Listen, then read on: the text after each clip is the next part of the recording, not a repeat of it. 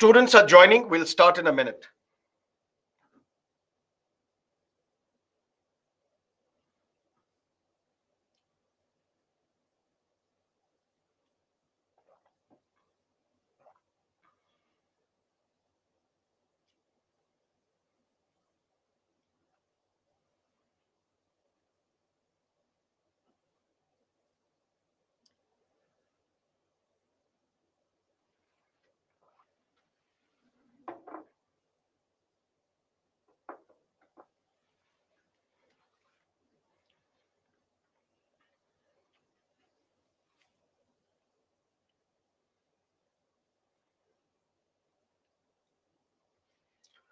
Hello, good morning, and welcome to Byju's Exam Prep.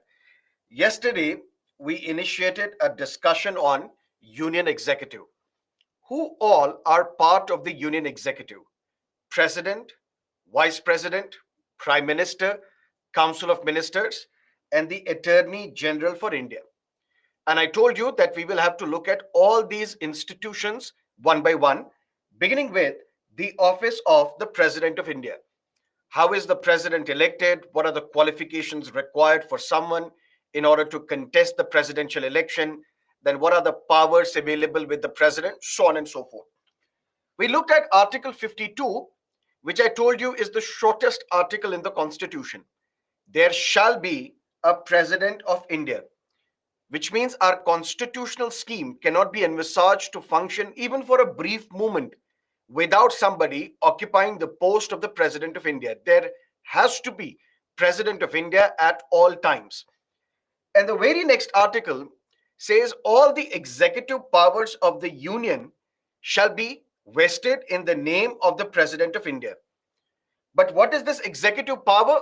It has not been defined in the constitution. When it has not been defined in the constitution, then what do?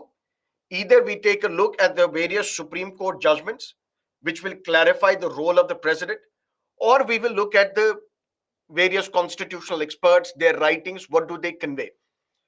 According to Supreme Court in Ram Jayawa Kapoor versus State of Punjab, 1955, the Supreme Court basically said executive power means carrying out the general administration of the country, laying down policies, implementing the policies. But the specific definition of the executive power is given by Wade and Bradley when they write in Constitution and Administrative Law. They say executive power is the leftover residue. Whatever else is left, when we exclude the legislative powers, which are with the parliament, and the judicial powers, which are with the judiciary, whatever else is left, that's the executive power. And that executive power is vested in the name of the President of India. But you should not get a sense that the president is an all-powerful institution. Why? Because Articles 52 and 53 are to be looked at in conjunction, in association with Article 74 of the Constitution. And what is Article 74? Original Constitution as it stood on 26 January 1950. It said, there shall be a president of India, or there shall be a council of ministers with prime minister at its head. What? To aid and advise the president. This was the only thing which was mentioned in the original constitution. Then constitution was amended.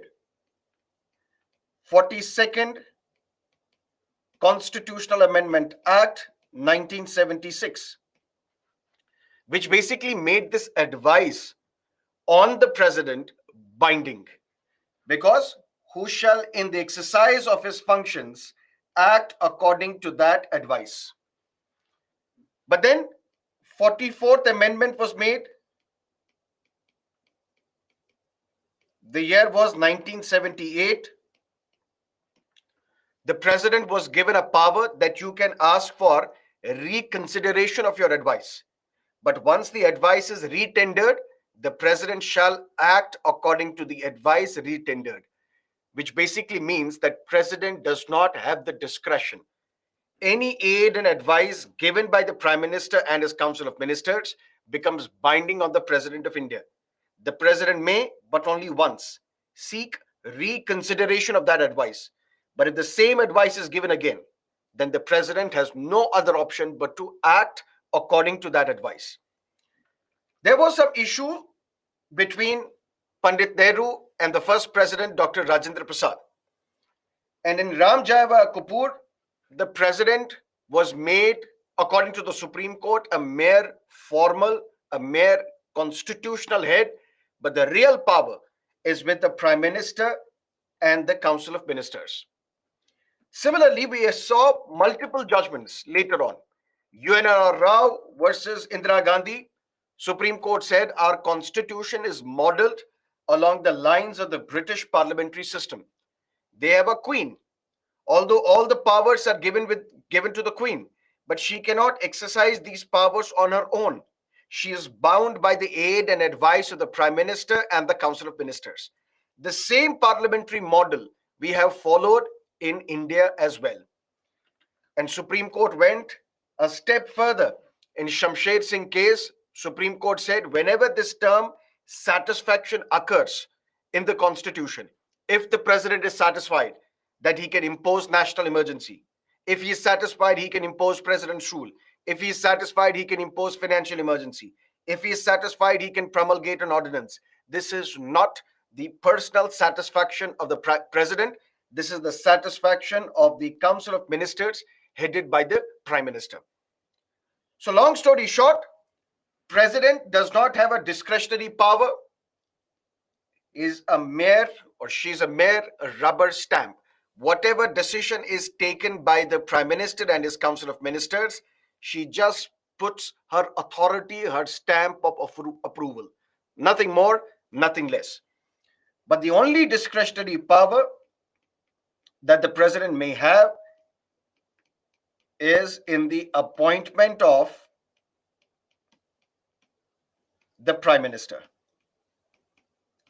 How is this a very broad discretionary power available with the president? That we shall discuss when we will look at the office of the Prime Minister. Clear? Then we looked at how is the President of India elected. And I told you the president is elected in an indirect election by the Electoral College through a system of proportional representation system by means of single transferable vote and through secret ballot. What is this indirect election? Constitution basically decided to go for an indirect election of the president. Why?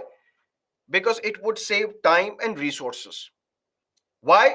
Because it would prevent the conflict between the Prime Minister and the President. Why? If President is also elected by the people directly, if the Prime Minister, because Prime Minister as a Lok Sabha MP is directly elected by the people, then tomorrow there can be a clash between these two directly elected individuals. And then in case of a clash, the President may say, I am also directly elected by the people, so I will not accept your aid and advice. That is why indirect election was proposed for the office of the president. Similarly, if the real power is with the Prime Minister and his Council of Ministers, and we will hold direct elections where all the people of this country will directly elect the President of India, then it's a waste of time. It's a waste of resources to elect somebody who does not have the real power and to elect somebody who is a mere formal head, mere constitutional head. That is why the Constituent Assembly settled for an indirect election. Clear? Any questions as of now? We basically did a recap of what we discussed yesterday.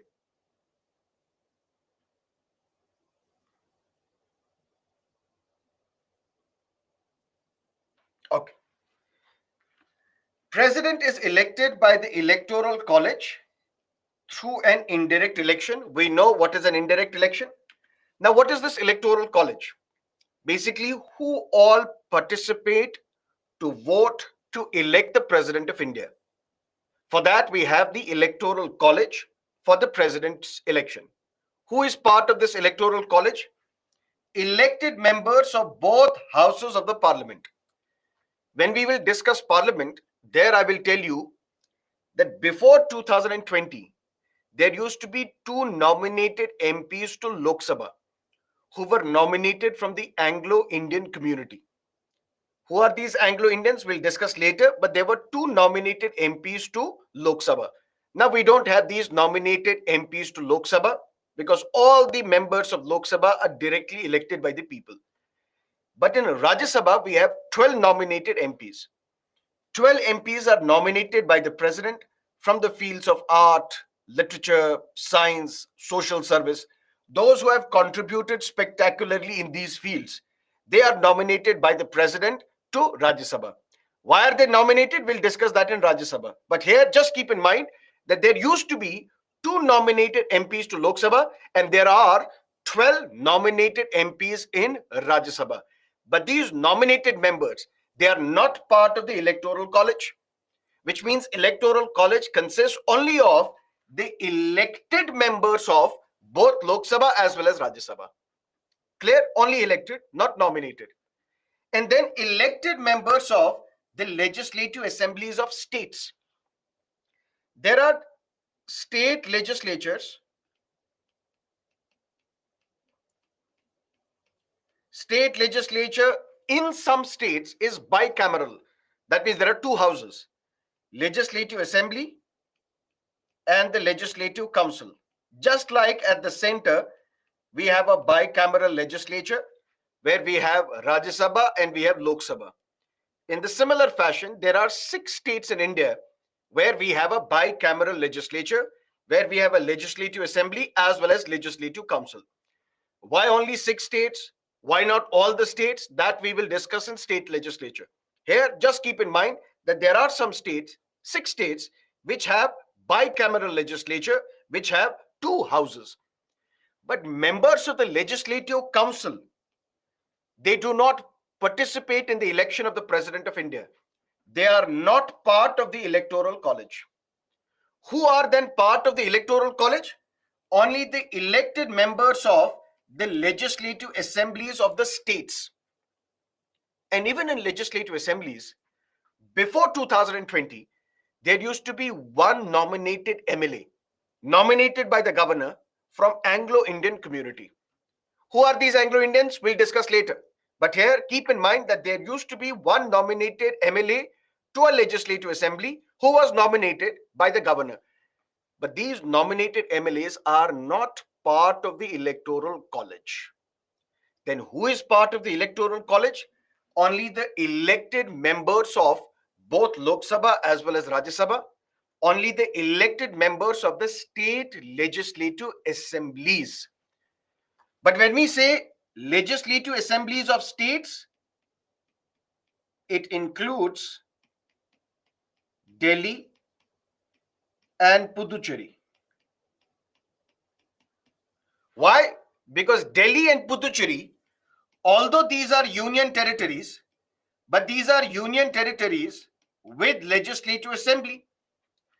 And these legislative assemblies of Delhi and Puducherry, although these are union territories, they are not states, although they are union territories, but since they have legislative assemblies, these MLAs, elected MLAs of the 2 legislative assemblies of 2 union territories, Delhi and Puducherry, they are also part of the electoral college. They also participate in the election of the President of India. Now the question is, sir, what about Jammu and Kashmir? Why Jammu and Kashmir? Because previously it was a state, now it is a union territory. And just like Delhi and Puducherry, it will also have a legislative assembly. Right now, it does not have the legislative assembly, but tomorrow it will have the legislative assembly once the elections are conducted, elections are held. Right now, these MLAs are not part of the electoral college. Why? Because they are not there. They have not been elected. There is no legislative assembly of J&K. That is why Jammu and Kashmir did not participate in the election of the President of India, which was conducted last year. Clear? But will Jammu and Kashmir Legislative Assembly MLAs, elected MLAs, automatically become part of the electoral college once they are elected and once the next president is to be elected? in a sense, who is part of the electoral college? Elected members of Lok Sabha, Rajya Sabha, elected members of the legislative assemblies of the states. States include Delhi and Puducherry. Why? Because they also have a legislative assembly. But what about Jammu and Kashmir? When President Murmu was elected, there was no legislative assembly in J&K, which means Jammu and Kashmir Union Territory did not participate in the election of the President of India. What if tomorrow there is an election to the office of the President of India, and then we have the election of the Legislative Assembly of the state as well?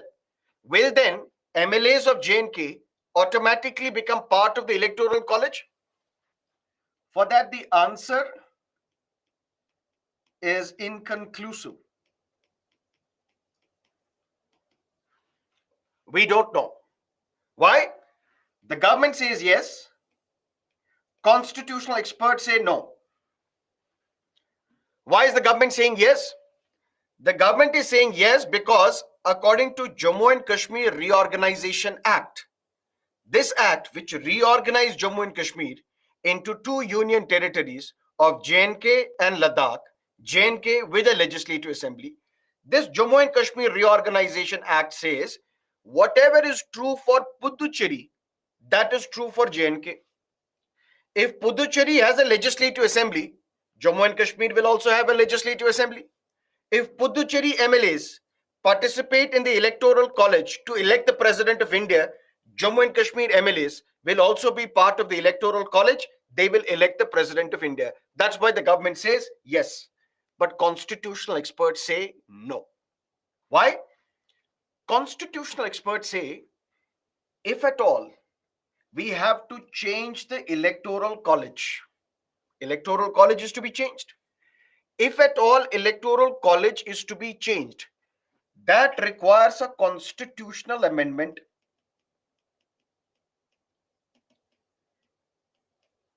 But what sort of constitutional amendment? It requires special majority in both houses of the parliament, and it requires ratification by half of the states. Sir, why half of the states? Because I have told you in the amendment chapter that when Parliament wants to amend any feature of the Constitution, which is known as a federal feature, then for that you require special majority in both houses of the Parliament as well as ratification by half of the states as well. One such federal feature is if you change the manner and method of president's election. So it's a federal feature. So any change that you make to the electoral college, it has to be done by a constitutional amendment, that too with ratification by half of the states. And that is how Delhi and Puducherry became part of the electoral college. Because Delhi and Puducherry, these are union territories, but with legislative assembly. But electoral college of the president says elected members of the legislative assemblies of only states. Only states, MLAs, elected MLAs will become part of the electoral college. If you want to change states and include two union territories as well, for that you need a constitutional amendment which should be ratified by half of the states as well. And that's precisely what was done. That's exactly what was done when Delhi and Puducherry MLAs were made part of the electoral college. And that is what is to be done and what needs to be done if J&K MLAs are also to be made part of the electoral college. Because any change to the electoral college requires a constitutional amendment, that too ratification by half of the states as well. But tomorrow, let's say for example, we have let's say J&K, which is a union territory, but now it is converted to a state. It will automatically become part of the electoral college. Or tomorrow, for example, Ladakh, which is a union territory without a legislative assembly. Tomorrow, if it is given a statehood, that Ladakh is now a state, and when you are a state, you will have a legislative assembly. automatically you will become part of the Electoral College. For that, no Constitutional Amendment Act is required. Why? Because Electoral College says that all MLAs of the states will be part of the Electoral College. But Delhi is not a state, it's a union territory. Puducherry is not a state, it's a union territory. Jammu and Kashmir is not a state, it's a union territory. So if you want to make a union territories MLAs also part of the Electoral College by saying that they are also states, then that requires a constitutional amendment ratified by half of the states. So president is elected, number one, in an indirect election. That's clear, 100%, by the Electoral College. But who are the members of the Electoral College? Only the elected members of Lok Sabha and Rajya Sabha, elected members of the legislative assemblies, not legislative council of the states. And legislative assemblies include the two legislative assembly of union territories, which is Delhi and Puducherry. What about J&K? The answer is inconclusive. We don't know. Why?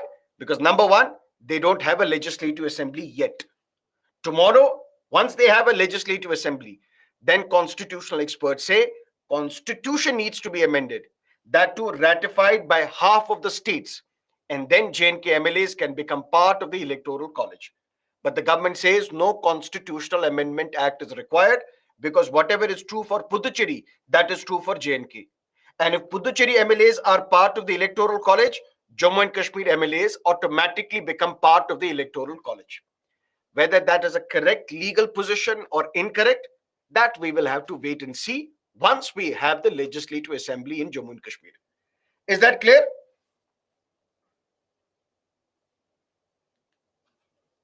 As Jammu and Kashmir, a union territory having central power, there is Lok Sabha election for J&K or not? Yes, Lok Sabha elections happened in 2019. And then we saw members were elected as well. Although at that time it was not a union territory, but it did not have a legislative assembly. But even then elections were held. Elections are held in union territories. Chandigarh, we see a Lok Sabha MP. Ms. Kiran Kher is the MP of Lok Sabha from Chandigarh. We have Lakshadweep, which does not have a legislative assembly, but one MP in Lok Sabha. Similarly, Andaman and Nicobar Islands. Similarly, we have two MPs from Daman and Diu and Dadra and Nagar Haveli. So union territories are represented in Lok Sabha.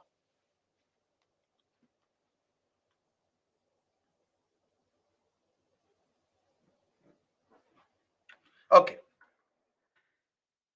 Now, Article 55 says, as far as practicable,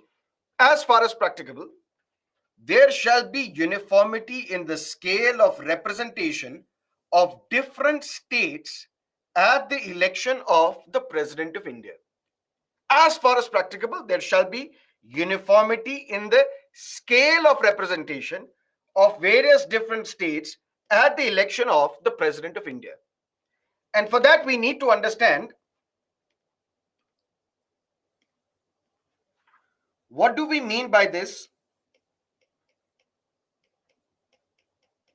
proportional representation system.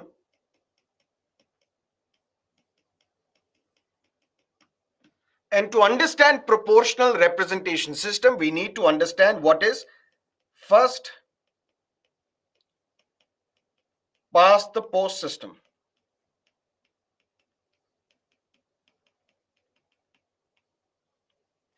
What is first past the post system?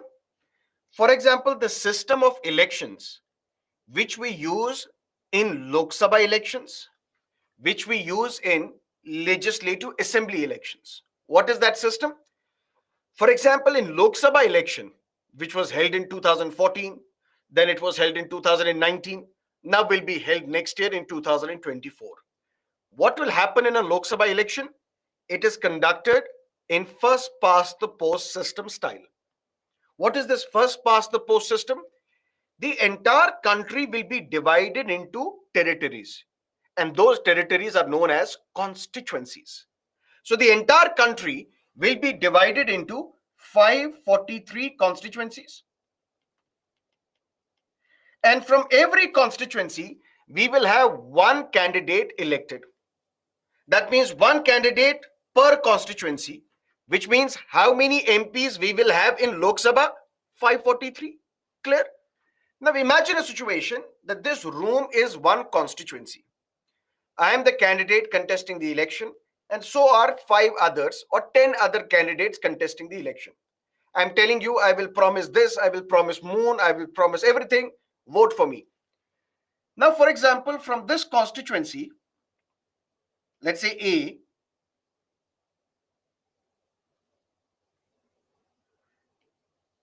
there are 7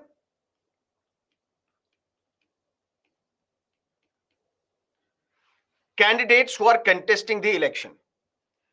And the total number of votes which have been polled, how many people exactly voted in this constituency, let's say total vote is 1 lakh. You tell me, if A has to win this election, A has to represent this constituency in Lok Sabha, how many votes should A get? Tell me.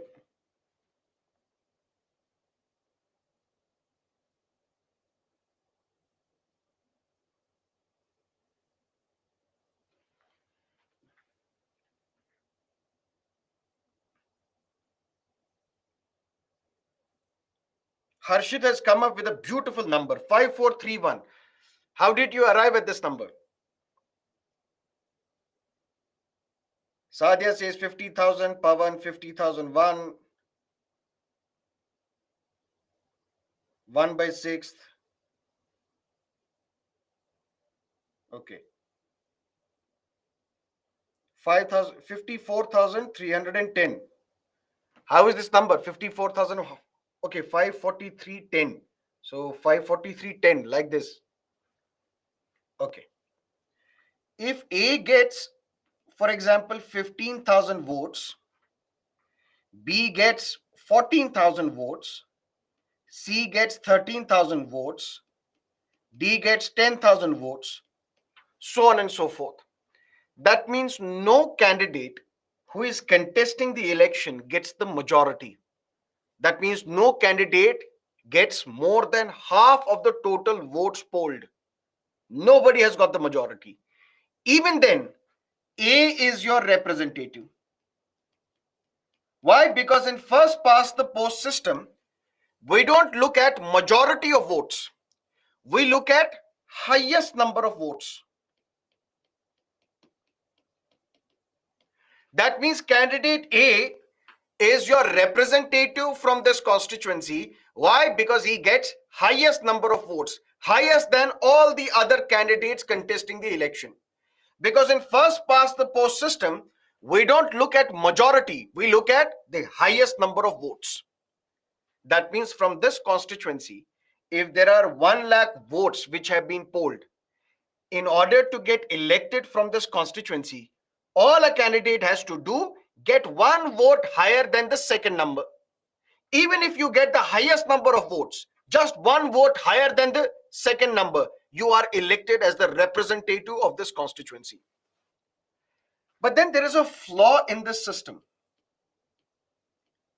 What is the flaw? There is one problem with this system. What is the problem? 2014 elections, when it was conducted to Lok Sabha, which party emerged as the single largest party in terms of votes? So here is a party, votes, seats. The BJP bagged close to 32% of the votes, 31.67, 32% of the votes, but total seats it bagged was 282. That means despite not getting 50% of the votes, it got more than 50% of the seats.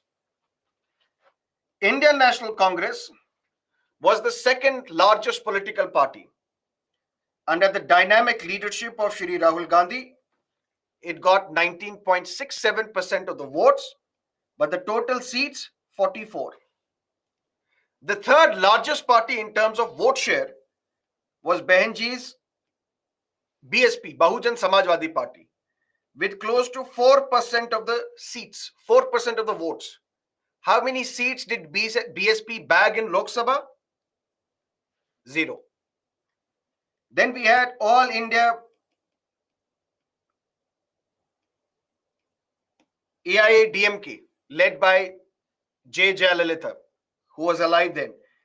Then Trinamool Congress. They got less than 4% votes, close to 3 point something. But DMK got close to 37 seats, TMC got close to 35 seats. How is that possible? And listen to me carefully. It may be possible, and it was possible, that BSP candidate was somebody like B. In various constituencies in the country, particularly in Uttar Pradesh, the candidate of the BSP was at serial number 2. It got votes, but did not get the highest number of votes from that constituency. But when we calculate their votes in all the constituencies where BSP contested the election, they got the vote from the public, but they did not get the highest number of votes from any constituency, which means they did not win any constituency, but still they got the support of the people. 4% votes were polled in favor, because BSP is scattered in various states in India, Uttar Pradesh, Madhya Pradesh, Rajasthan as well, so on and so forth. But if you look at Trinamool Congress, it was concentrated in West Bengal. It got all the votes in West Bengal. AIADMK was concentrated in Tamil Nadu and Puducherry. It got all the votes from Tamil Nadu and Puducherry. That means despite getting less number of votes than the BSP, because BSP votes are spread throughout the country, AIADMK, Trinamool Congress, which are concentrated within that state, they got lesser number of votes but highest number of seats than the BSP. That's the problem with first past the post system. And an alternative to first past the post system is proportional representation system. What is proportional representation system? The entire country is not divided into constituencies. When the entire country is not divided into constituencies, then what do? We have to elect 543 MPs. People will vote for political parties. Instead of you voting for a candidate, you will vote for a political party. And once the elections are over, we count the votes and then we look at the vote share. If 32% votes are bagged by the BJP, then 32% of 543 seats, these many seats will be given to the BJP.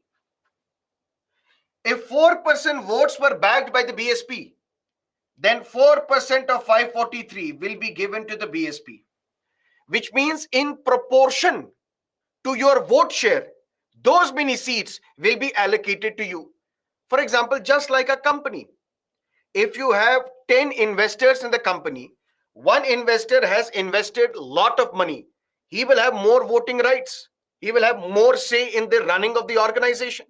Similarly, if there are 543 constituencies, if there are 543 MPs who are to be elected, and you will vote for a political party instead of a candidate, then based upon your proportion of votes, those many seats will be allocated to you. But the problem in proportional representation system is that it may always lead to unstable governments. Unstable governments in the sense, despite being at the peak of the Modi wave in 2014, BJP could get only 32% votes. Despite the peak of Mr. Modi's wave in 2019, the BJP could get close to 37% of the votes. That means it never crossed 50%. When it never crossed 50%, that means you will never get more than half of the seats in Lok Sabha. When you don't get more than half of the seats in Lok Sabha, that means then you are dependent upon other political parties' support to form the government. And then these parties can join you. Tomorrow they can come out of this coalition, which means it will be an unstable government. That is why Constitution said in Lok Sabha and in Legislative Assembly elections, we will follow first past the post system, which basically means that in Lok Sabha election, the entire country will be divided into 543 constituencies. and elect one member from one constituency. And who is that member? Who gets the highest number of votes. Similarly, in legislative assembly election, for example, Uttar Pradesh, the entire state will be divided into 403 constituencies, for example. And then you have to elect one MLA from one constituency. Who gets the highest number of votes?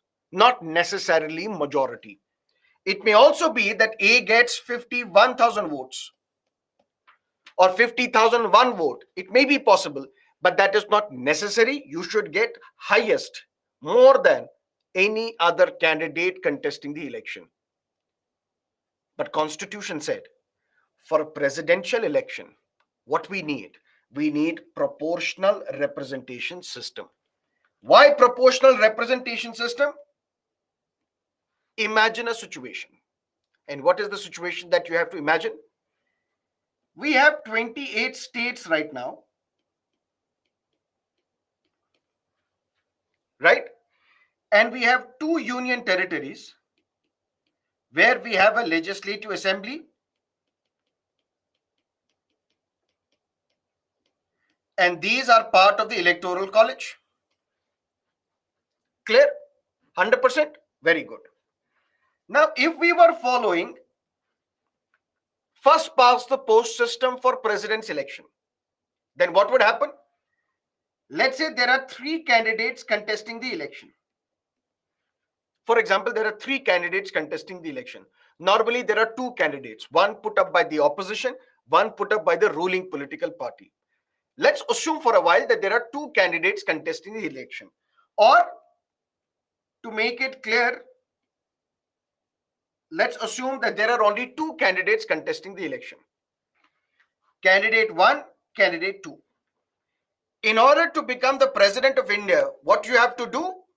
You have to get the highest number of votes, which in this case would mean highest number of states. Clear? So there are 30. Whoever gets 16 states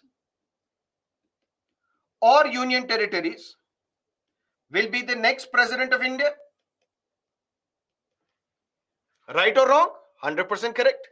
If there are 3 candidates, you should get the highest number of seats, which basically means if there are 3 candidates, candidate A gets 10 seats or 10 states and union territories. Candidate B gets 9. Whatever else is left will be given to another candidate. Who is the winner from this constituency? Somebody with 11 seats. Clear?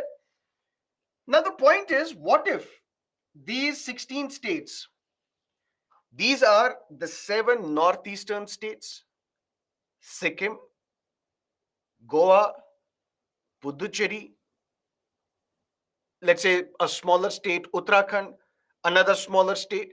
That means no offense to northeastern states, but the only thing is that these are the states which have low population. That means these states with low population, they have supported candidate 1, and candidate 1 is the president of India. But can we say president of India is representing the majority of the people of this country? No, because the majority population is concentrated in UP, in Bihar, in Rajasthan, in Madhya Pradesh, in Karnataka, in Andhra, in Telangana, in Tamil Nadu. All these states with bigger population, higher population, they are supporting candidate 2. But the smaller states are supporting candidate 1. Smaller states with low population are supporting candidate 1. And since candidate 1 is supported by highest number of states, candidate 1 is the president of India. But ideally, it should not be. Why? Because candidate 1, yes, he won highest number of states. But these states were lesser in population. The bigger states with massive population, they were not in your favor. So you are not representing the entire country. To prevent the situation, Constitution said we will assign vote value. What is the vote value? Every MLA will have a value of votes. And MPs will have a different value of votes. MLA represents a smaller constituency. MP represents a bigger constituency. Should the value of vote of an MLA and MP be the same? No. Why? Because MP represents a bigger constituency, MLA represents a smaller constituency in terms of the number of votes or number of voters. Similarly, MLA of UP cannot have the same value of vote as the MLA of Sikkim. Why? Because UP MLA represents a wider population and Sikkim MLA represents a smaller population. That means population should be the criteria. Why? Because Constitution says under Article 55, as far as practicable, there shall be uniformity in the scale of representation of different states at the election of the President of India. Because if the Electoral College consists of elected members of Parliament as well as legislative assemblies, can you give same value of vote? That means your vote will have value 1, your vote will also have value 1, but you are an MP and you are an MLA. Will that be fair distribution? No, because you represent a larger constituency, you represent a smaller constituency. And so far as MLAs also are concerned, MLA of UP represents a wider constituency, MLA of Sikkim represents a smaller constituency in terms of population. That is why your value also cannot be the same. And that is why population plays a very important role in calculating the value. You don't have to remember this formula, but just understand the concept. What is the concept? The value of vote of each member of the state legislative assembly is calculated by a formula. What is that formula? Total population of the state. What is total population? Divided by total number of elected MLAs into 1 by 1000.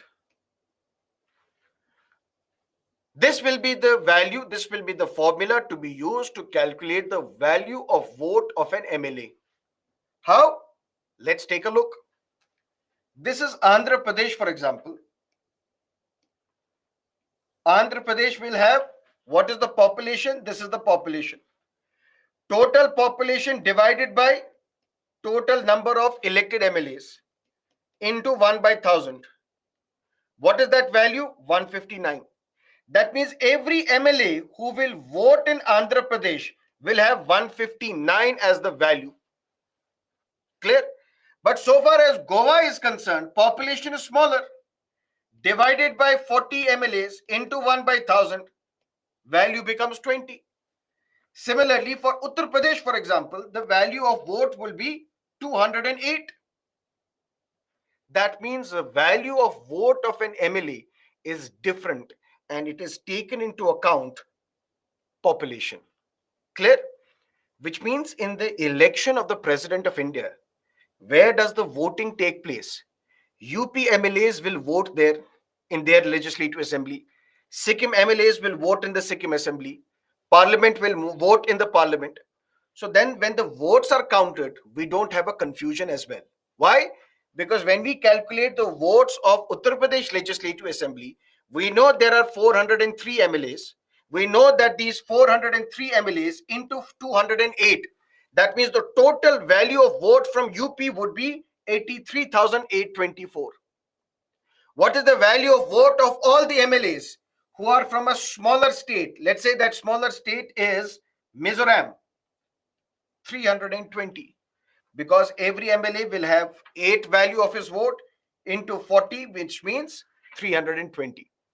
And when we count the votes from Meghalaya, we will see that the value is 320. That is what we call proportional representation system. In proportion to your population, those many value of votes will be given to you. In proportion to your population, this is the value of your vote. That is what we call proportional representation system. And similarly, for a member of the parliament, the total value of votes of all the states. What is the total value of votes of all the states? This is the total value. Total value of votes of all the states divided by the total number of elected members of the parliament. That is how we calculate the value of an MP. total value of all votes of all the MLAs divided by total number of elected MPs. Elected MPs means 543 of Lok Sabha and then 238 from Rajya Sabha. All these put together, that is how we decide the value of vote of the MP. Clear? So what are we discussing? We are discussing election of the President of India. How is the President of India elected? By the Electoral College. Clear? Through an indirect election. Clear? Through a system of proportional representation system. Now, what is this proportional representation system? If the Electoral College consists of elected MLAs of all the states, but there can be a state where the population is high, there can be a state where the population is low.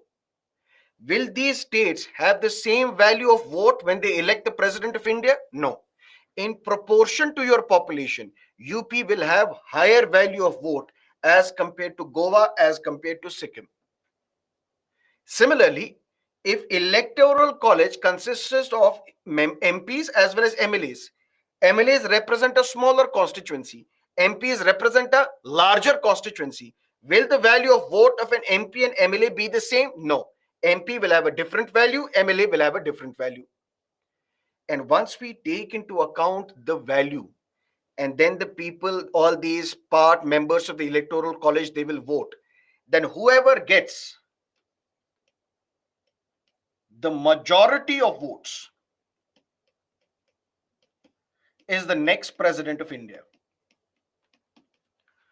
That means here we don't look at who gets the highest number of votes. We get to look at who gets the majority of votes. That means of all the votes which have been polled, whoever gets absolute majority, that means more than half of the total valid votes polled, more than half of that means absolute majority. Any candidate who gets the absolute majority is the next President of India. Clear? But sir, in this, there is something mentioned, population as per 1971 census. Why do we, in order to calculate the value of vote of an MP or an MLA, look at the population of 1971 census and not the recent census, not the 2011 census? Why is that the case? For that, there is a history. What's the history? Constitution says after every census, there should be delimitation. Delimitation, we will discuss in great detail when we will discuss elections chapter, but very briefly here, once the census exercise is over, through census exercise, we get to know what is the population of India. Clear? And as the population increases, so should the representatives also increase. So should the number of seats also increase. Because if the population is increasing, those many people, they have to be catered by the representatives as well. In a sense, just like an organization. If the work increases, you have to increase your employee base. If the employee base is increased, you have to increase your number of managers as well, those who can manage the increased number of employees. Similarly, if the population increases, corresponding to this increase in population, we have to increase the number of elected representatives as well, those who can cater to this increased population. How do we increase the number of elected representatives? For that, we conduct an exercise known as delimitation. Delimitation in the sense, if this entire state had 100 seats for 1 million population, for example, 1 million population, 100 seats. For example, tomorrow the population has increased to 2 million. Now we need 200 seats, 200 elected representatives. How these 200 seats will be created in that state, that is what we call delimitation. And Constitution said after every census there should be delimitation. That's how after the census of 1951 there was delimitation. After the census of 1961 there was delimitation. After the census of 1971 there was a delimitation. But when delimitation was conducted, the number of seats got increased. So in Lok Sabha, the number of seats which were originally 489, it went up to 513, then it went up to 543. That means as the population increases, the number of Lok Sabha MPs will also increase. But when it happened for the third time in 1973, after the census of 1971, the southern states protested. The states in southern India, they protested and they approached Srimati Gandhi, who was then the prime minister, said, Madam Gandhi, please stop delimitation. Said, why? We are at a disadvantage. Why? We have implemented family planning programs effectively. So our population more or less is stabilized. But then there are these Bimaru states. Bimaru was an acronym used in a derogatory fashion for states such as Bihar, Madhya Pradesh, Rajasthan. They said these Bimaru states of UP, Bihar, Rajasthan, Madhya Pradesh, they have uncontrolled population. So their population continues to rise. When their population continues to rise, their MLA MPs will also increase. That means in Lok Sabha, they will have more MPs than us. You are basically disincentivizing us because we are doing good, and you are incentivizing them because they are bad. They're doing bad. They are unable to control the population, and when they are unable to control the population, their population is increasing, their MPs are also increasing. That means in Lok Sabha, because they are unable to control their population, their MPs will increase, and we will be at a disadvantage. Please stop this. Indira Gandhi said, okay, we'll stop this. We will not conduct any further delimitation. Census will continue every 10 years, but delimitation we will stop till 2002. Even if delimitation is conducted after 2002, but the seats will be frozen till 2026. That means till 2026, there won't be any increase in the number of seats to Lok Sabha or legislative assemblies. So when was the last time that after delimitation, when was the last time that after a census, delimitation led to an increase in the seats? That was on the basis of 1971 census. That is why after that, when there is no further increase in the number of seats, that is why Constitution says when we have to look at proportional representation system, we have to calculate the value of vote of an MP or an MLA. For that, we will take into account the population figure of 1971 census, not the latest census. But sir, then how was delimitation carried out in Jammu and Kashmir? That we will discuss separately in elections chapter, not here. Here, you just have to keep in mind, when we look into the population figure, based on that, we calculate the value of vote. Which population figure is to be kept in mind? That is 1971 census. And for that, this history was important. Clear? 100%?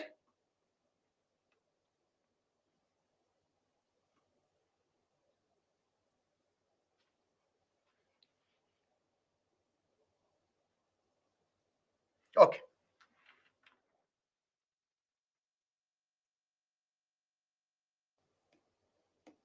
Now the president is elected in an indirect election by the members of the electoral college through a system of proportional representation system. We have understood these three things through single transferable vote. What is this single transferable vote? Let's understand. Imagine a situation that you are part of the electoral college, which means you are the member of either elected member of either Lok Sabha or Rajya Sabha or Legislative Assembly, and you are given a ballot paper. Election to the office of president is not conducted through EVM, through electronic voting machine. It is conducted traditionally through a ballot paper system. Why? I'll tell you that as well. So if you are part of the electoral college, I will give you a ballot paper. On this ballot paper, you have to mark your preference. And the preference is, we have candidate A, candidate B, candidate C, candidate D. Let's say these are the four candidates who are contesting election to the office of the President of India. Now, what is the option available with you?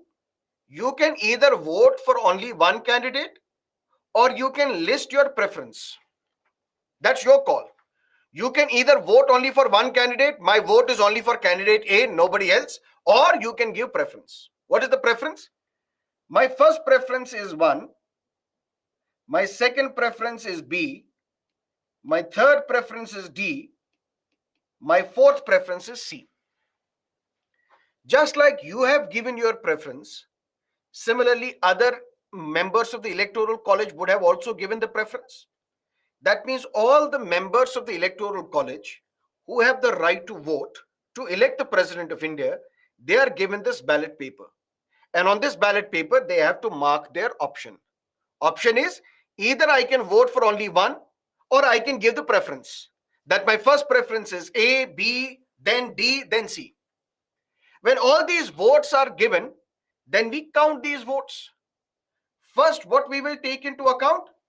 We will count first preference votes. What is this first preference votes?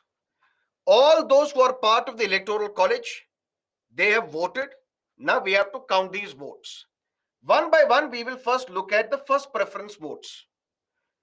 A, how many first preference votes did you get? B, how many first preference votes did you get? C, D, how many first preference votes did you get? If by looking at the first preference votes, if we realize that candidate A, more than 50% of the voters, they have given first preference to candidate A, then who is candidate A? Candidate A is the next President of India. Because whoever gets the majority, absolute majority of the votes, that person is the President of India. Because President is elected by the absolute majority of the votes. So when we look at and count the votes, if by counting all these ballot papers, if we look at that candidate A got more than half of the total votes polled, more than half of the Electoral College members, they have voted A as their first preference. A is the President of India. Or it can be D. More than half of the voters said D is our first preference. D is now the President of India. But what if, when we look at all these votes which have been counted, 40% gave first preference to A, 30% gave first preference to B, 20% gave first preference to C, 10% gave first preference to D. Who is the President of India? Nobody. If it was first past the post system, whoever gets the highest number of votes, that person is the President of India. But here we don't look at first past the post system. We look at whoever gets the majority of the votes. Nobody got the majority. When nobody got the majority, then what do we do? Who got the least number of votes? D, who got the 10% first preference votes. D is now eliminated from the contest. D, it was a fun ride to be here, but since you got only 10% of the first preference votes, that means you don't have to continue any further. Please go.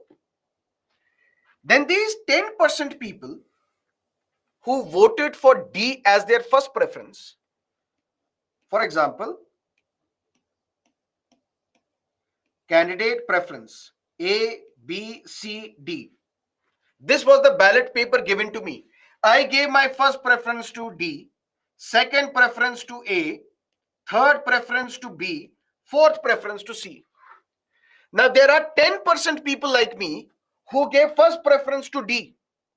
But since our candidate is eliminated because he got the least number of votes, then let's check all these ballot papers again. Those who voted for D as their first preference, who was their second preference? And these second preference votes will be now transferred. Transferred in the sense, those who voted for D as their first preference, if 5% said our second preference is B, another 5% said our second preference is B, that means all these 10% people, their second preference votes have now been transferred. And when they have been transferred, we calculate the number. A gets 45%, B gets 35%. Who is now the winner? Nobody, because nobody gets the absolute majority. Now, who is at the serial number 3? Who gets the least number of votes? Candidate C. Candidate C is now eliminated. Why candidate C is eliminated? Because he does not get the majority now. Now, these 20% people who voted for C as their first preference, what was their second preference? Those second preference votes will have to be transferred. And all those who voted for C as their first preference, all of them voted for B as their second preference. None of them voted for A as their second preference. Now, who is the winner? Initially, we thought A will win, but now 35 plus 20, 55% of the people, they have given their preference for B. B is now the president of India. Because even if you don't get majority of the first preference votes, but you should at least get the majority of the second preference votes or third preference votes, so that you are representative of the entire country. That is how the president of India is elected. But normally we don't go through these nitty-gritties. Normally, when we count the first preference votes, we have the winner. We counted first preference votes in the last election, and Ms. Murmu became the president of India. Prior to that, we counted the first preference votes. Shri Ramnath Kovind was the president of India. Prior to that, we counted the first preference votes. Pranab Mukherjee was the president. Before that, Pratibha Devi Singh Patil was the president. Before that, APJ Abdul Kalam was the president. It was only when Neelam Sanjeeva Reddy was to be elected as the president of India, then at that time we calculated the second preference votes. So only once in the history we have resorted to calculating the second preference votes so that we have a winner. Because in the first counting, nobody got the majority. Nobody got more than half of the votes. Clear?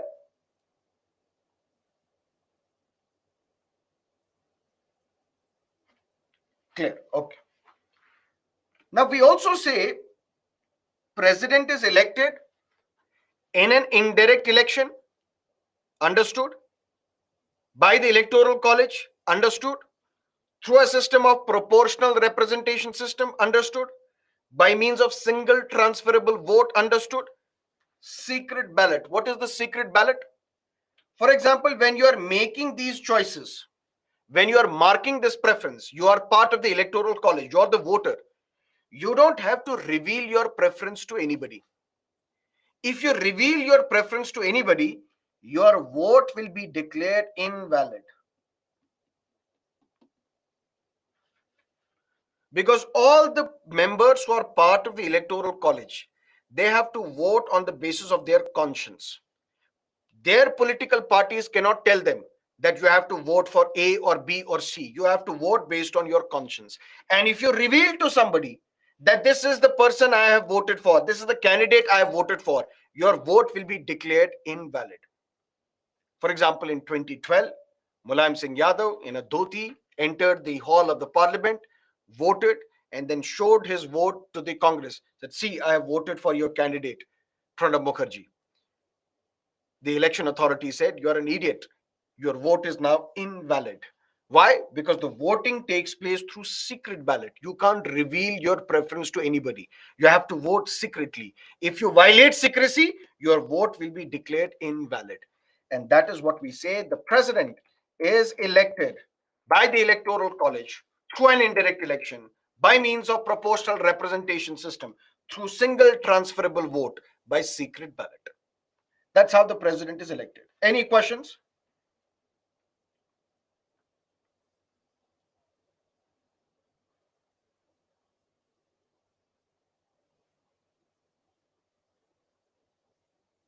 Sir, if of member of electoral college, then what is role value of vote? It should be half of total value of votes.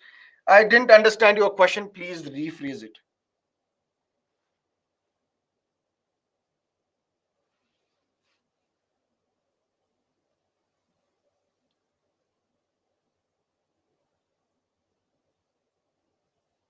Said there is also an issue. If current government's candidate doesn't get majority in first preference, there is also issue of no confidence motion to be issued. No, that's not the case. You are electing the constitutional office, the president of India. It doesn't affect the stability of the government if the government's nominee does not win the election. No.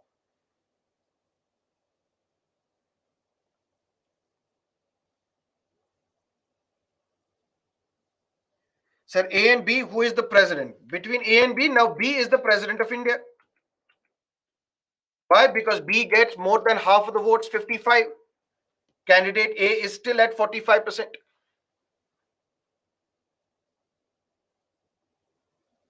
So Rajya Sabha also has secret ballot. If you have to elect an MP of Rajya Sabha, their voting is through open ballot. We are talking about President of India. To elect the President of India, voting is through secret ballot, not open ballot.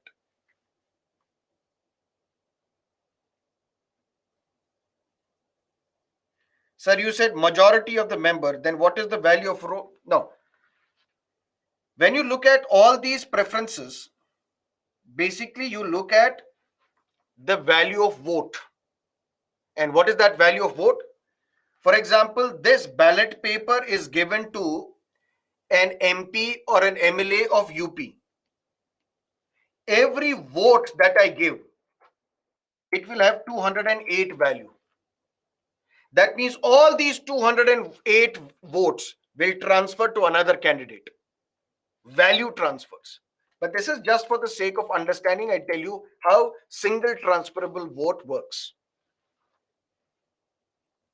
Sir, is it more than half the total value of votes? Yes, it is more than half of the total value of votes.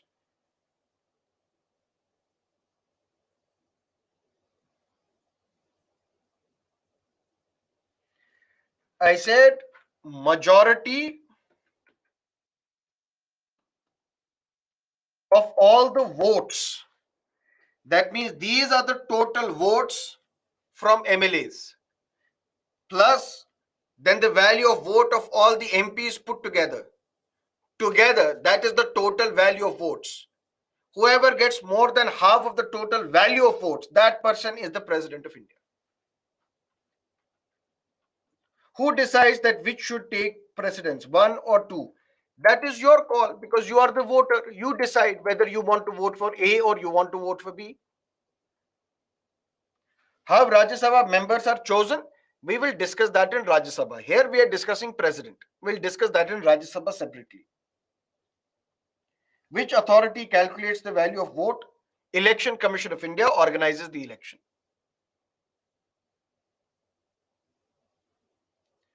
What is the purpose of PRS?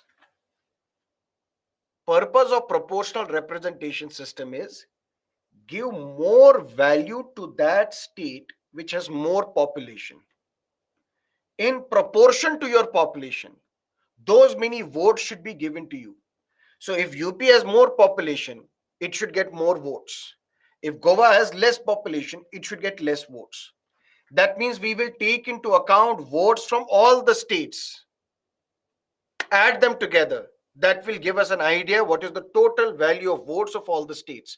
But UP will have more value, which means if an MLA from UP is voting, his vote will carry more weight as compared to the vote of an MLA from Sikkim or Goa or any smaller state. That's a proportional representation system.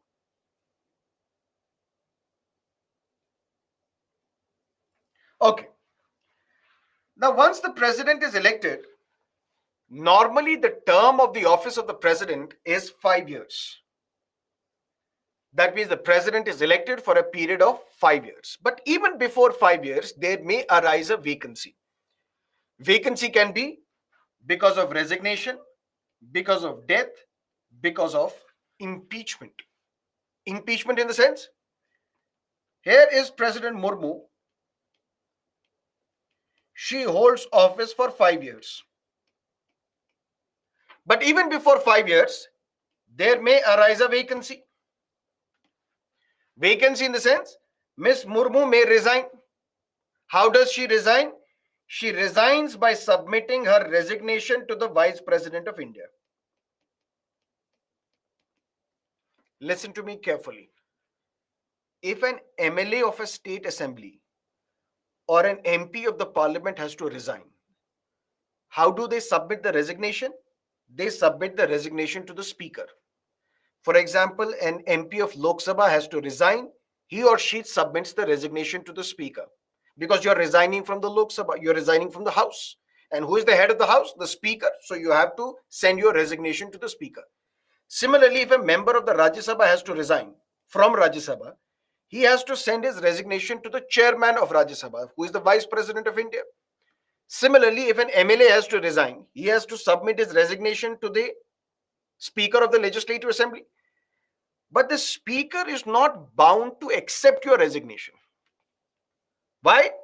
Because when you resign, the Speaker should satisfy himself or herself that this resignation was voluntary, that somebody did not coerce you, threaten you, force you to resign. Once the Speaker is satisfied that your resignation is voluntary, then he will accept your resignation. If the Speaker is satisfied that your resignation is not voluntary, your resignation is being forced, you have been threatened to resign, then he may not accept your resignation.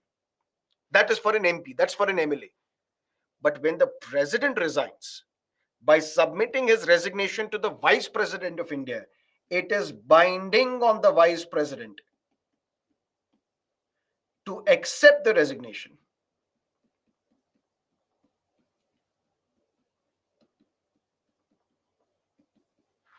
It is binding on the Vice President of India to accept that resignation. Vice President cannot refuse to accept that resignation. That's number one. Vacancy can also be because of death. The president may die even before completing 5 years. There arises a vacancy. But we have discussed in Article 52, there shall be a President of India. That means this office cannot remain vacant even for a brief moment. That means if there is a vacancy because of resignation, because of death, someone has to immediately, quickly occupy the post of the President of India. And who is that somebody? That somebody is the Vice President of India. Sir, what if Vice President also is not there? We will discuss that possibility slightly later.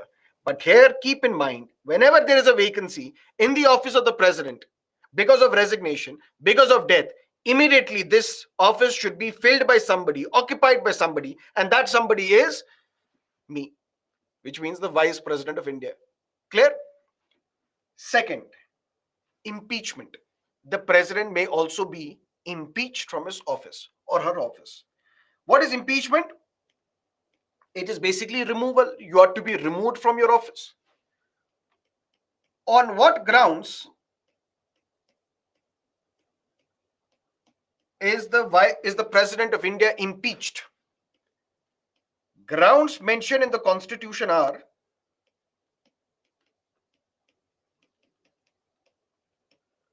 violation of the Constitution,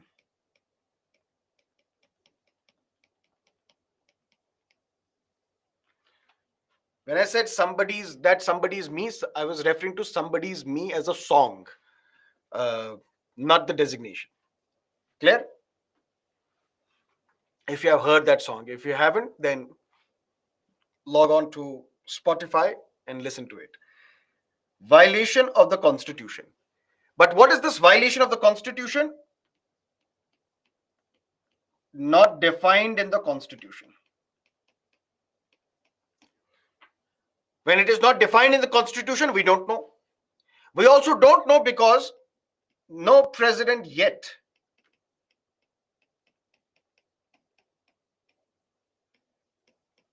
has been impeached. But what can be the possible grounds which we can say are violation of the Constitution? For example, Constitution says there shall be a President of India, but at the same time, Article 74 says whatever advice is given to the President, that is binding on the President. What if the Prime Minister is telling the President, please promulgate emergency, or please impose President's rule, or please promulgate an ordinance, but the President is refusing it, which means he is refusing the aid and advice of the Prime Minister, which is binding on him. That can be the ground of violation of the Constitution, and on that ground, the president may be impeached, may be removed from his office. So the constitution says under Article 61 that president can be impeached, which means president can be removed from her office on the grounds of violation of the constitution. But what is this violation of the constitution? We don't know. Why? Because it has not been defined in the constitution. And we also don't know because till date, no president has ever been impeached. But we can assume that any advice which is binding on the president of India, if the president violates that advice, does not act on that advice, that would be deemed as a violation of the constitution. And on this ground, the president may be impeached from her office. But we know that there is a process that needs to be followed. What is the process? This process can be initiated in either Lok Sabha or Rajya Sabha. What is the process? The process, we want to impeach the president of India. This process can be initiated in the parliament. Which house? Either Lok Sabha or Rajya Sabha. That means first in Rajya Sabha, then in Lok Sabha, or first in Lok Sabha, then in Rajya Sabha. Let's assume that the process starts in Lok Sabha, then 1/4 of Lok Sabha MPs will write to the speaker. This is Lok Sabha. 1/4 of the members of the Lok Sabha will write to the speaker. Dear speaker, we have a proposal. What is the proposal? We want to impeach the president of India. Why?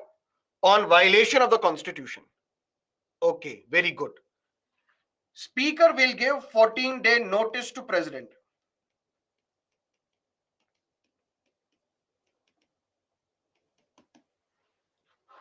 President will be given 14-day notice. A reasonable time is given to the president. President, be prepared.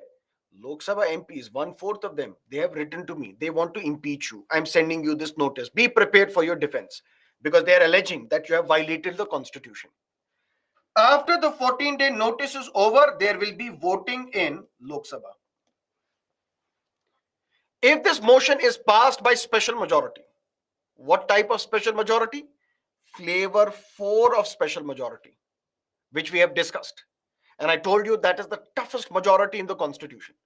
What is that flavor 4?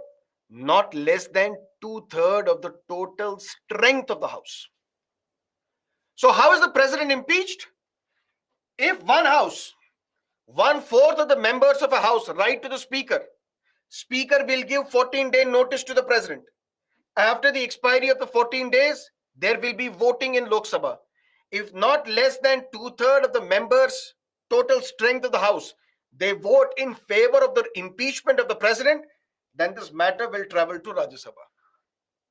Rajya Sabha will be told, okay, this is the impeachment of the president on the grounds of violation of the constitution. It has been approved by Lok Sabha by not less than 2/3 of the members, total strength of the house. Now it has been sent to us. Now Rajya Sabha acts as an investigative house. One house is leveling the charges. That these are why we assume that the president has violated the constitution. Not given approval to the advice given by the prime minister.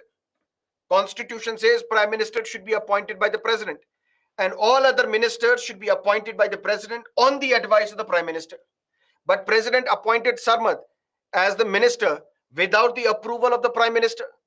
This is violation of the constitution. Or the president removed Amit Shah as the minister without the approval of the prime minister, which is unconstitutional, violation of the constitution. So one house levels the allegation. When this goes to the other house will investigate whether these allegations are correct or not. Investigation will take place. And here the president may even ask me to come and appear before Rajya Sabha. Or the president may send his lawyer, you go and represent me and defend me and tell the Rajya Sabha that I have not violated the constitution.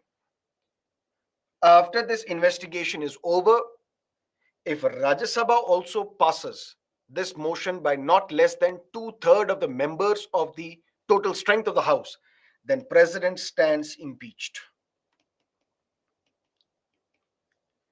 President stands impeached forthwith, immediately. Or we can reverse it. This process may initiate in Rajya Sabha. How? 1/4 of the members of Rajya Sabha will write to the chairperson of Rajya Sabha. Dear chairperson, said what? I have good news for you. What? After 14 days, you can occupy the post of the President of India. Really? Yes. Why? We are trying to impeach the President of India. Very good. 14-day notice given to the President. And now you're going to the tailor, you're stitching good clothes because you're all set to occupy that post of the President of India. After that 14-day notice, voting will take place in Rajya Sabha. Rajya Sabha chairperson will say, quickly, very quickly, come on, let's vote. If not less than 2/3 of the total strength of the House vote in favor of the impeachment of the President of India, then this matter will go to the Lok Sabha. Now, Lok Sabha will act as an investigative house. So one house levels the allegation, the other house investigates all these allegations. And if Lok Sabha may ask the president, please appear before us, or send your lawyer to appear before us so that we can investigate whether these charges of violation of the constitution are correct or incorrect. And if this motion is passed by not less than 2/3 of the total strength of the House, then the president stands impeached forthwith, immediately. And now the vice president will sit on the chair of the President of India. Who will then sit on the chair of the Vice President of India? That I will tell you slightly later. Any questions?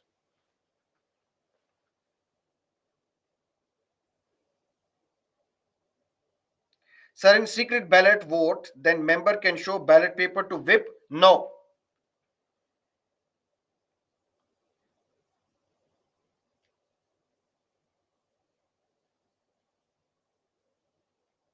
Sir, who makes these laws? Likewise, all these things will happen. It's mentioned in the Constitution. The process is mentioned in the Constitution.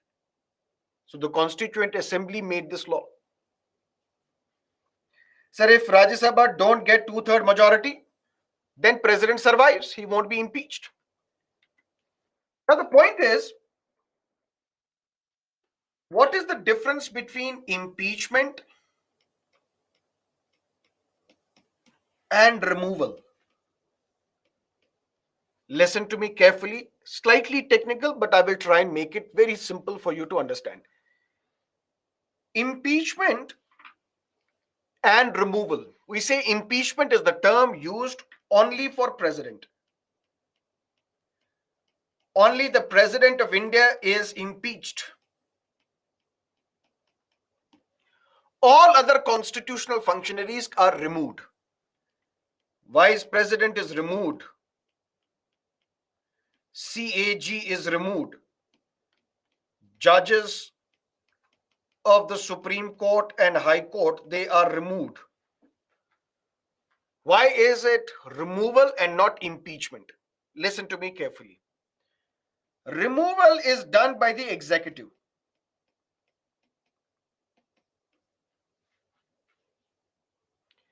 Impeachment is a quasi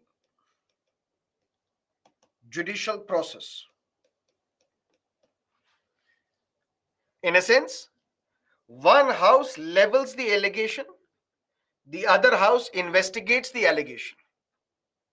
And once the allegations are proven, voting takes place. So it's basically like Parliament is now acting like a judiciary to decide whether president is guilty or not, guilty of violating the constitution or not. So impeachment is a quasi-judicial process. And once both houses of the Parliament approve the impeachment of the President of India, President is impeached immediately, forthwith. But that's not the case with the removal of the judges of the Supreme Court and High Court, or the removal of the CAG, or the removal of the Chief Election Commissioner.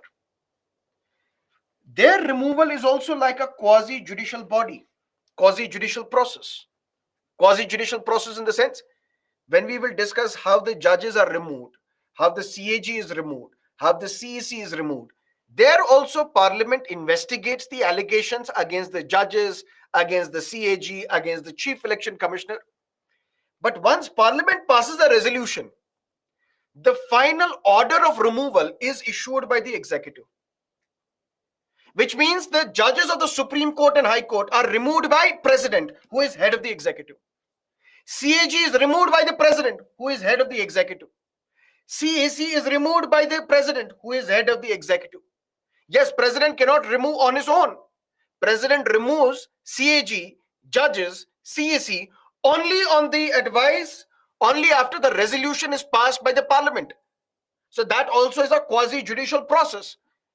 But the removal is done by the executive. Formal removal authority, formal removal letter is given by the president. That is removal. Removal is done by executive. Impeachment is not an executive process. After the president has been impeached by both houses of the parliament, then president will not sign the impeachment letter and say, I'm impeached. There is no role of the executive there. There is always a role of the executive here. That is the difference between impeachment and removal.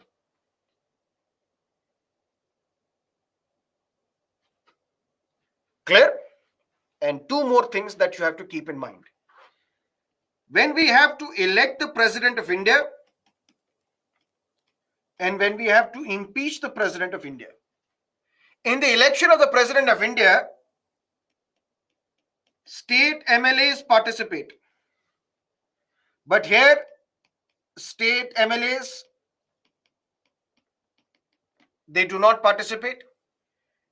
Here, nominated MPs of Rajya Sabha, they do not participate in the election of the president of India. But nominated MPs of Rajya Sabha participate in the impeachment of the president of India, because president is impeached on the basis of the resolution passed by both houses of the parliament by not less than 2/3 of the total strength of the house. The strength includes nominated MPs as well. So nominated MPs, although they do not participate in the election of the president of India, but they participate in the impeachment of the president of India. Elected MLAs of legislative assemblies, they participate in the election, but they do not participate in the impeachment, because impeachment is the prerogative of the parliament. Any questions as of now?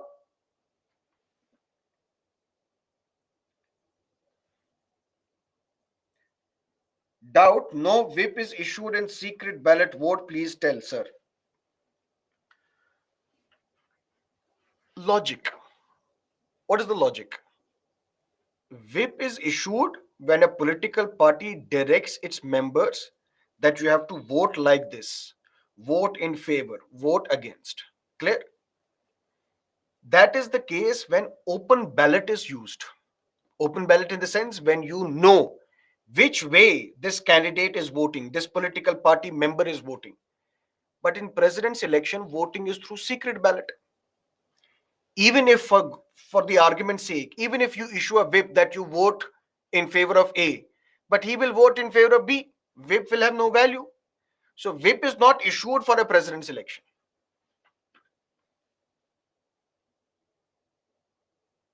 Sir, what about nominated members of Lok Sabha? Do they participate? Now we don't have nominated MPs in Lok Sabha.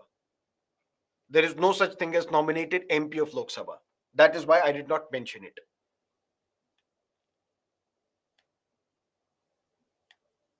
For passing resolution, which majority is required? Special majority, which is not less than 2/3 of the total strength of the House. Now, two quick points. The president shall, notwithstanding the expiration of his term, continue to hold office until his successor enters upon office. In a sense, we have the president of India. Clear? The term of the president of India is, let's say, till 2020 June 2020, for example. Clear? That means June 2020, we should have a new president, a new elected president of India. But then we saw the lockdown, COVID-19 lockdown. So we can't organize election. Why? Because we can't ask MLAs to come together and vote. We can't ask parliament to come together and vote. Otherwise, it will spread the virus. So even if the term of the president is over in June 2020, But we don't have a president now because no election has taken place. Notwithstanding that you have expired your term is over, this president will continue to hold office as long as a new person is elected who enters upon the office. Why? Because Article 52. There shall be a president of India. That means this office cannot remain vacant even for a brief moment. That means even if Mr. President or Miss President, your term is over, but doesn't matter. Since we don't have an elected president yet, you please continue. Please continue even after 5 years, till the time we have a newly elected president. Once that newly elected president assumes the office, then you go. But you have to be there because there shall be a president of India. That's number one. Number two, I told you the resignation which is given by the president to the vice president, that is binding on the vice president to accept. Then what does vice president do with that resignation? He immediately forwards this resignation to the Speaker of the Lok Sabha. This can be an important statement for your prelims examination.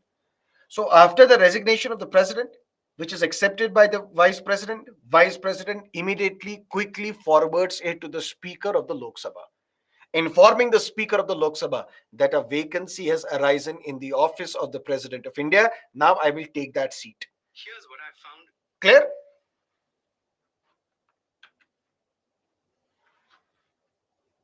Is there nominated member in Rajya Sabha? Yes, my dear, there are 12 nominated MPs in Rajya Sabha.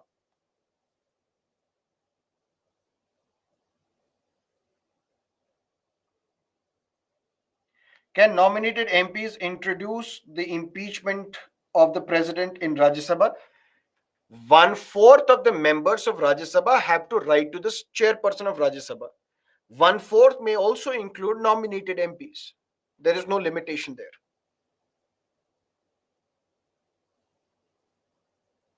Is CJI removed or impeached? Removed. Impeachment only for the president. When I say only, that means anybody else is removed, not impeached.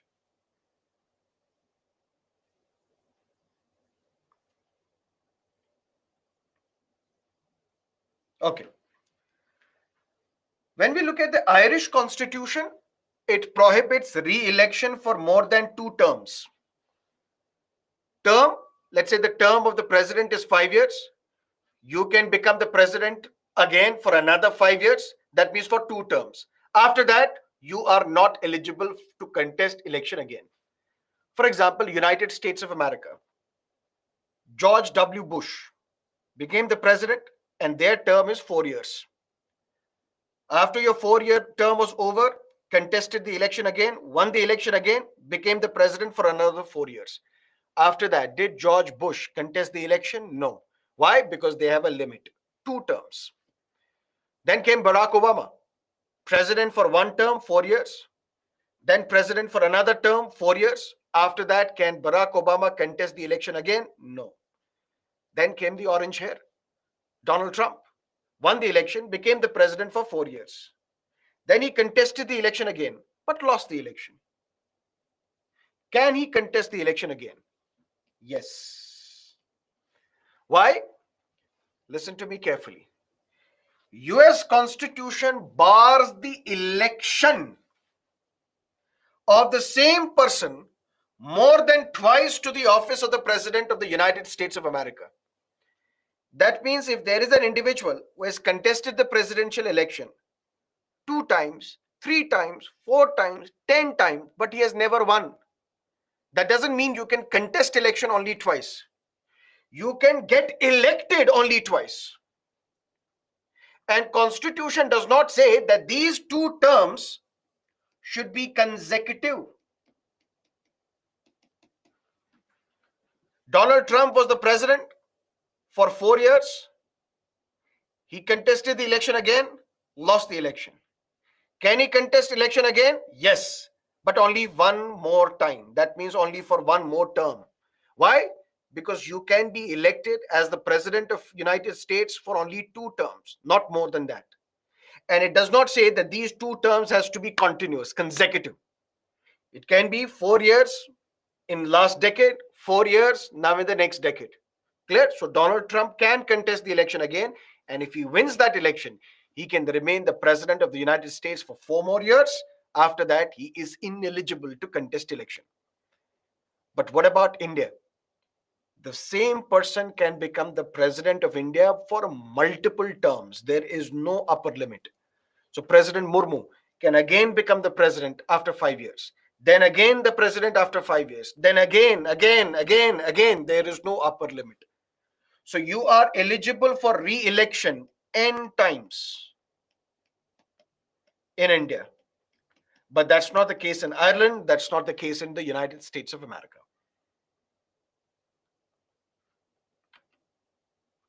And what are the qualifications required for someone in order to contest the election of the President of India, which we have discussed yesterday? You shall be the citizen of India, must have completed 35 years of age, should be eligible, qualified to become a member of Lok Sabha. Should not be the member of Lok Sabha, but should be qualified, should be eligible to become the member of the Lok Sabha. And you should also not be holding any office of profit. And what is that office of profit? We will discuss that in Parliament. Clear? Once the president's election is over, then the president has won the election, defeated the other candidate. Now the president cannot occupy the post of the president of India, occupy the office of the president of India without being administered oath or affirmation. What is the difference? Oath is for believers, those who believe in God, those who believe in religion. Affirmation is for non-believers, those who do not believe in God, those who are atheists or agnostics. If I'm a believer and I become the president of India, I will take an oath. I swear in the name of God that I will bear true faith and allegiance to the Constitution as per the law established, and that I will faithfully and conscientiously discharge the duties of my office, and I will preserve, protect, and defend the Constitution. That's the oath, because I'm a believer. If I'm an atheist, if I'm an agnostic, if I'm a non-believer, I will simply say, I, Sarmad Mehraj, solemnly affirm that I will bear true faith to the and allegiance to the Constitution as per the law established, and that I will do blah blah blah. So, what is oath and affirmation? Same thing, but oath is for believers, affirmation is for non-believers. And this oath of the president talks about something important. He says, I will execute the office of the president and will, to the best of my ability, something very important, preserve, protect, and defend the Constitution and the law, and that I will devote myself to the service and well-being of the people of India.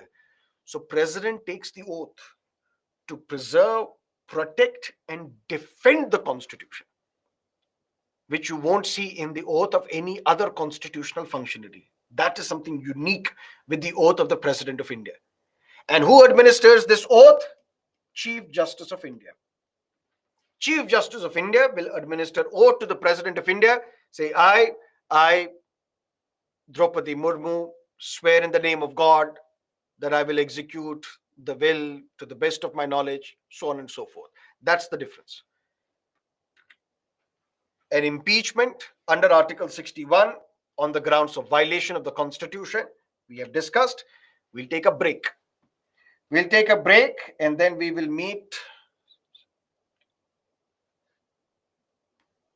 7:55. And then we will discuss the remaining powers of the President of India. Clear? Done?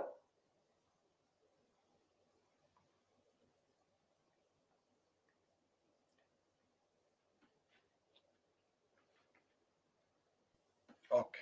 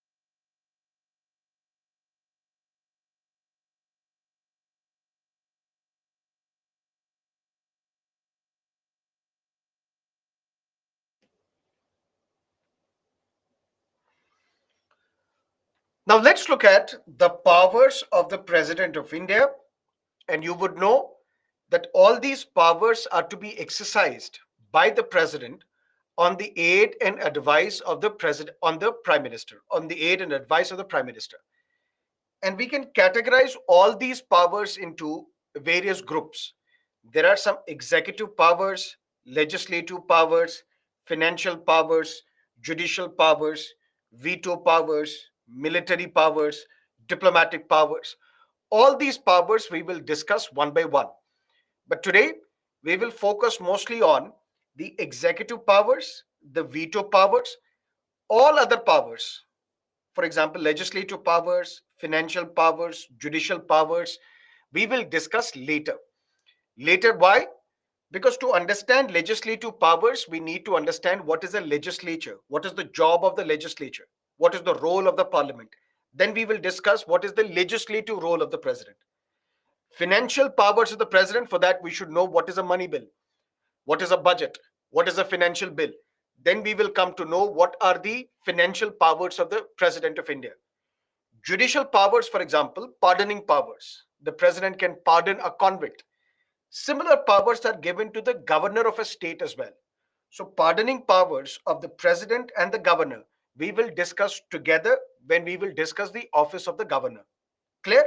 So, we will focus on executive powers, military powers, diplomatic powers, and veto powers today. All other powers will be discussed in the subsequent lectures. Clear? What are these executive powers? Basically, they deal with appointments. Appointments in the sense, appointment of the prime minister is the executive power of the president. Appointment of ministers is the executive powers of the president. Appointment of the CAG, appointment of the UPSC chairperson, appointment of the chairperson of the Finance Commission, appointment of the Attorney General for India, appointment of the head, the chairman of National Commission for Scheduled Caste, National Commission for Scheduled Tribes, National Commission for the Backward Classes. All these are what we call the executive powers of the president. And all these executive powers of the president are to be exercised by him or her on the advice,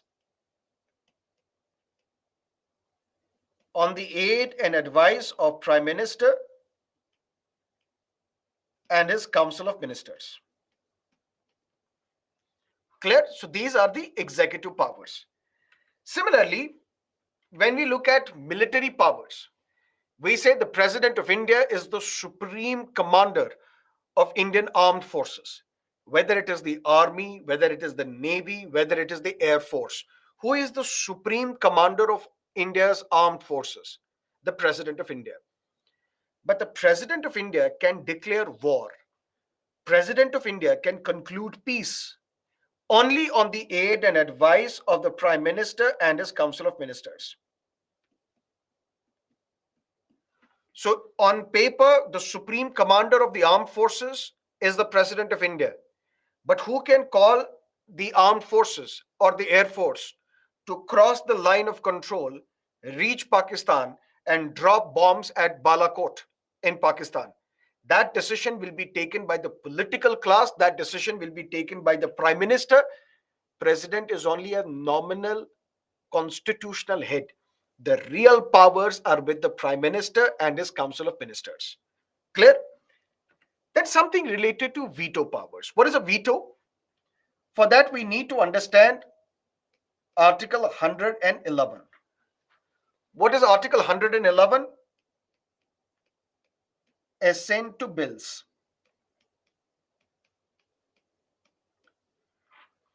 What is this assent to bills? When a bill, what is a bill? Bill is a proposal. When a bill is passed by both the houses of the parliament, then this bill is sent to the president for his assent, for his signature, for his confirmation. What are the options available with the president? Option number one, president can give his assent. Option number two, president can withhold his assent.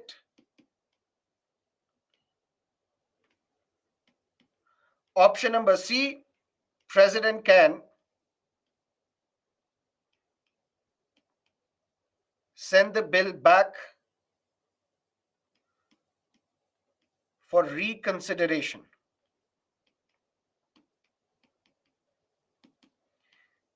Except a money bill.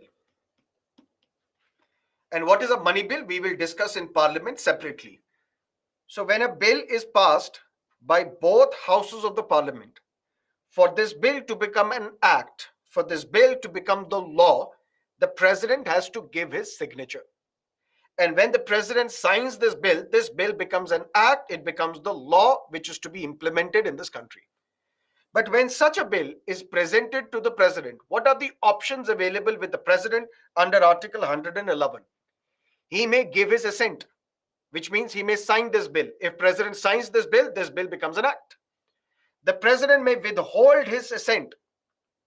The President may say, I will not sign this bill. I'm not going to sign this bill. Or the President will send the bill back for reconsideration. And this is where we come across the veto powers of the President of India. What are these veto powers? Let's look at all these powers one by one. To understand this, we need to first understand what is an absolute veto.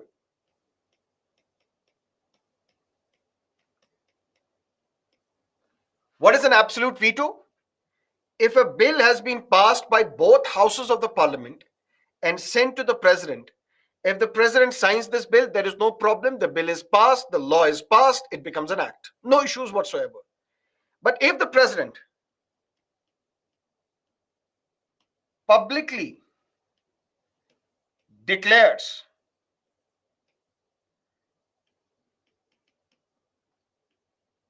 that I'm withholding my assent,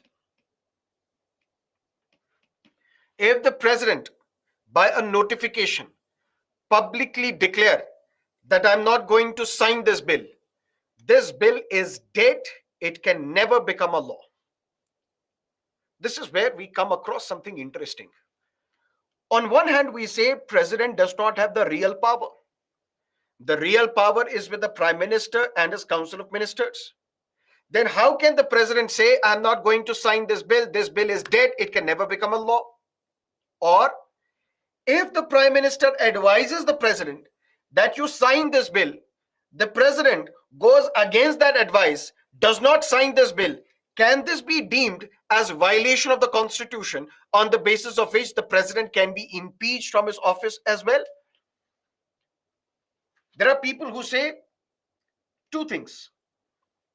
One, all the executive powers are to be taken by the President only on the advice of the Prime Minister and his Council of Ministers. Executive powers.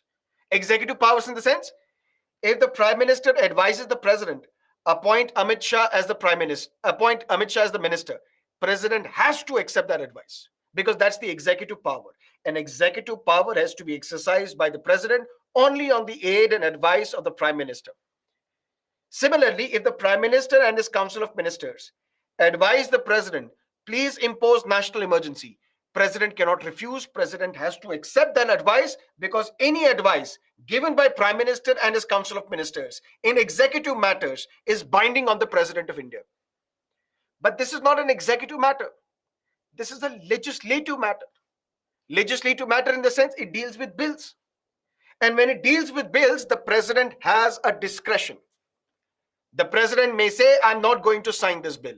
And if the President publicly declares that I'm not going to sign this bill is dead, it can never become a law. But then there are other constitutional experts who say no. Even this absolute veto can be exercised by the President on the advice of the Prime Minister and his Council of Ministers. But then you might be wondering, why would a Prime Minister advise the President, don't sign this bill which has been passed by both houses of the Parliament? For that, the condition can be, it can be a private member's bill. What is a private member's bill? In Parliament, we have two kinds of members, a minister, a private member. Who is a minister? Who is appointed by the president on the advice of the prime minister. Who is a private member? Somebody who is not a minister, a member of the parliament who is not a minister. Clear? Let's assume for a while that a bill is passed, discussed in Lok Sabha, and this bill wants to give right to marry to all those who belong to the same sex as well. Right now, same sex people, couple, they cannot marry because the law says either one person should be a male and the other person should be a female. The government is not in favor of legalizing same sex marriages. That's the position of the government. It is not in favor of the same sex marriages. What if in Lok Sabha a bill is presented by a private member who is not a minister that let's legalize same sex marriages? The ministers or the members of the ruling party, they are absent from Lok Sabha. They're busy campaigning in elections in Tripura, in Nagaland, in Meghalaya. They're busy working in their own constituencies. Imagine for a while, they're busy. And now this private members bill, which legalizes same-sex marriages, is passed by Lok Sabha. Now suddenly the government wakes up and says, look, what has happened in Lok Sabha? The bill has been passed, which legalizes same-sex marriages. The bill will travel to Rajya Sabha. Assume that the government does not have the majority in Rajya Sabha. And in Rajya Sabha, it is dominated by the opposition. Assume. That means in Rajya Sabha also, this bill will be passed by simple majority. Now it is sent to the president. Now government wakes up. To implement this law, that's the job of the government. But the government's ideology is we don't want to legalize same-sex marriages. But if the law is passed by the parliament, signed by the president, government has to accept this, government has to implement that law. So now this law, now this bill, which is a private member's bill, has been passed by both houses of the parliament, sent to the president. This bill, the prime minister may ask the president, I'm giving you an advice. Refuse to sign this bill. Publicly declare that I'm not going to sign this bill. And when the president publicly declares that I'm not going to sign this bill is dead, it can never become a law. That is what we call absolute veto. Has it happened in the past? It has. Justice Narayanan, Justice Venkatraman was the president of India. A bill was passed by the parliament on the last working day of Lok Sabha, because Lok Sabha after 5 years is dissolved. Before its dissolution, Lok Sabha passed a bill which increased the salary of the members of the parliament. Any bill which talks about money is a money bill. And money bill cannot be introduced in Lok Sabha without the prior permission, without the prior approval of the President of India. That's the financial power of the President. That means a bill which deals with money matters, which is a money bill, cannot be introduced in Lok Sabha without the prior approval of the President of India. Then what Parliament did? Parliament passed a law, Parliament passed a bill to increase the salary of the members of the Parliament. Any bill which talks about money, salary, is a money bill. This bill was sent to the president for signature. President said, I publicly declare that I'm not going to sign this bill. Why? Because this bill is unconstitutional. Why unconstitutional? Because this is a money bill. And this money bill requires my prior permission before you can introduce this bill. You did not seek my approval before you introduced this bill in the parliament. I'm not going to sign this bill. This bill is dead. It can never become a law. Article 111, it gives options to the president that, Mr. President, either you can sign a bill or you can withhold your bill, assent to a bill. That means you can publicly declare that I'm not going to sign this bill, or you may send the bill back for reconsideration. Parliament, can you please reconsider this bill? These are the three options that Article 111 gives the president. And by looking at these three articles, we can know that there is some veto available with the president. Although this veto is not mentioned in the Constitution. Constitution does not talk about absolute veto, suspensive veto, pocket veto, qualified veto. Constitution only talks about Article 111. But by understanding Article 111, we come to know that there is some veto where the president can stop something, veto a decision, block a decision. And that is what we call absolute veto. And what is that absolute veto? If the president publicly declares that I'm not going to sign this bill. If he says it, then the bill is dead, it will not become a law. But then can it be said that this is the discretion of the president? That president can at any point in time publicly declare that I'm not going to sign this bill, even going against the aid and advice of the prime minister and his council of ministers? There is one section of constitutional experts who say yes, president has this power because this is a legislative matter. On executive matters, president does not have the discretion, because all executive powers are to be exercised by the president only on the aid and advice of the prime minister and his council of ministers. But since this is a legislative matter, here the president may publicly declare, I'm not going to sign this bill is dead.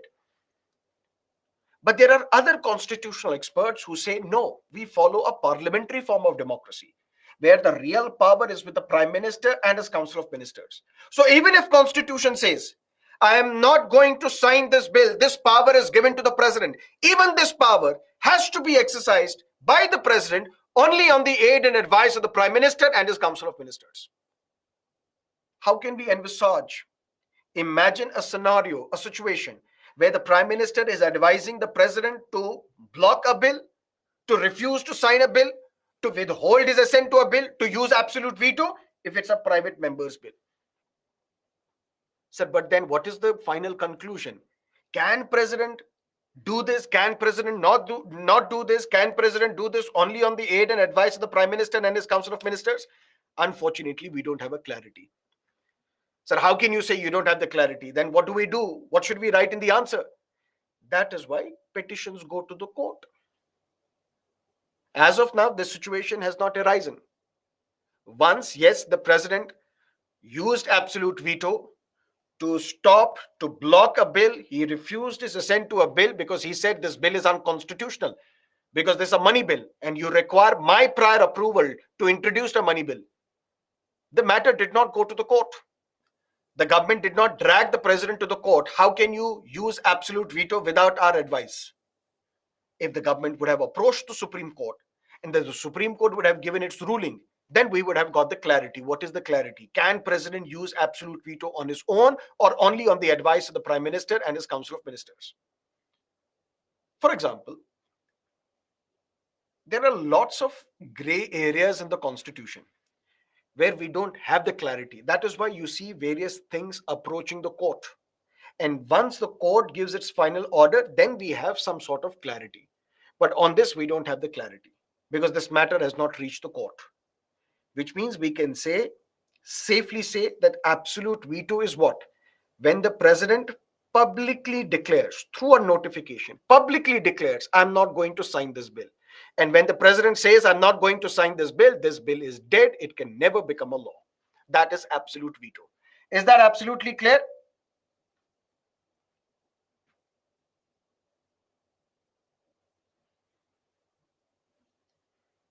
In CAB, give his assent is compulsory. As soon as citizenship amendment bill, are you talking about citizenship amendment bill or a constitutional amendment bill? If it's a citizenship amendment bill, the very day parliament passed this law, the next day president signed this law and law becomes an act. But if it's a constitutional amendment bill, constitution is clear. Constitution was amended for the 24th time in 1971 and it is mandatory. It is binding on the president to give his assent. President cannot do anything else. President cannot refuse to sign this bill. President has only one option: sign this bill.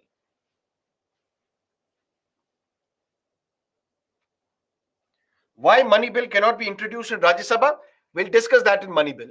We'll discuss that separately. Here we are talking about the veto powers. Second veto power that is available with the president is suspensive veto.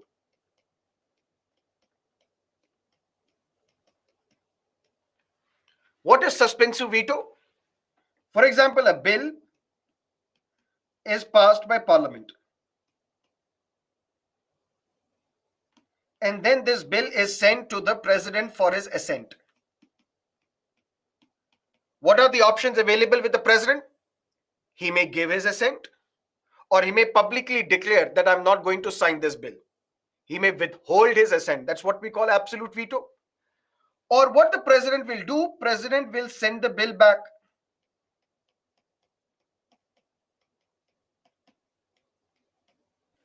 Back to what? Back to the parliament. To do what? To reconsider. That means president is suspending his block once. What is suspension? You are suspended from the service. Suspended. That doesn't mean you're dismissed from the service. Once the charges against you are cleared, then you resume your duties again. You are suspended for 7 days, 10 days, 15 days, 1 month, till the inquiry is over. Then you can come back and resume your duty if you are exonerated, if you are cleared of all the charges. That means president blocks this bill, but not forever. Suspends it for a temporary period till the time parliament reconsiders this bill. But if the same bill is passed again, with or without recommendations accepted by the president, it is binding on the president to give his assent. What does that mean? I'll give you one example.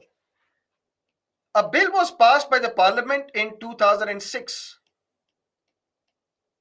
known as Office of Profit Bill.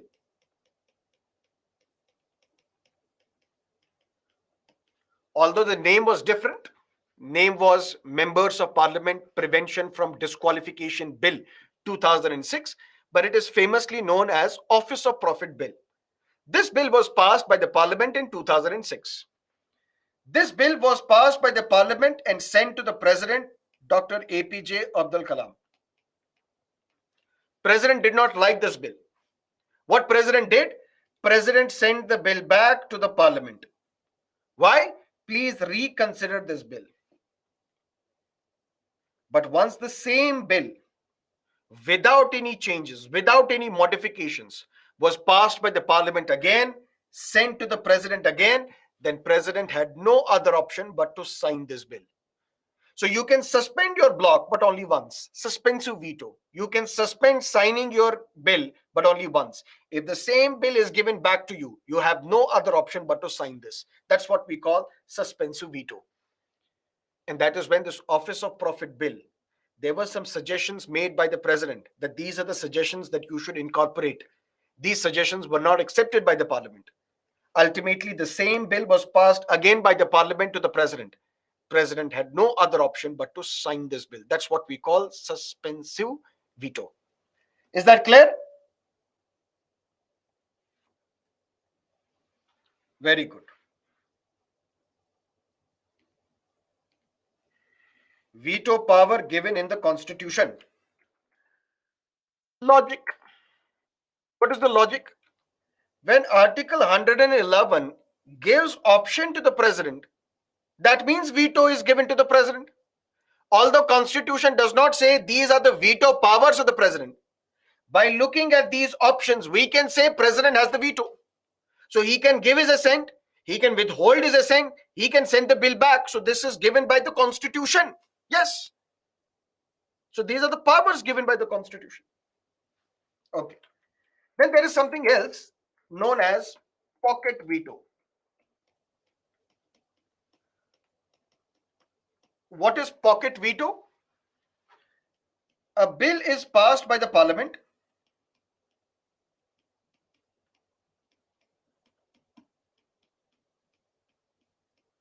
Then this bill is sent to the president. If the president decides not to act on this bill, that means the president keeps the bill lying in his pocket. That is what we call pocket veto. And what is pocket veto? Listen to me carefully. During Indira Gandhi's time, there was a time when she was equated with the nation. Nation in the sense, one member of the Congress party, Mr. Bordoli, he said India is Indira Indira is India. Just like today, any criticism of Mr. Modi is considered to be the criticism of the entire nation. Modi is India, India is Modi. Same, that's why I told you there are a lot of parallels, similarities between Mr. Modi and Indira Gandhi. The point is, when Srimati Gandhi was the prime minister, she had a home minister. His name was Gyani Zail Singh. He made a famous or an infamous statement, and the statement was, if Mrs. Gandhi will tell me to sweep her house, I will even do that. That was the loyalty that Gyani Zail Singh had towards Indira Gandhi. Indira Gandhi was assassinated. Her son Rajiv Gandhi became the prime minister. But the relationship between Gyani Zail Singh and the then prime minister Rajiv Gandhi deteriorated. Why? We don't know. But there are many theories why it deteriorated, but we don't have to go into that. That's not our domain.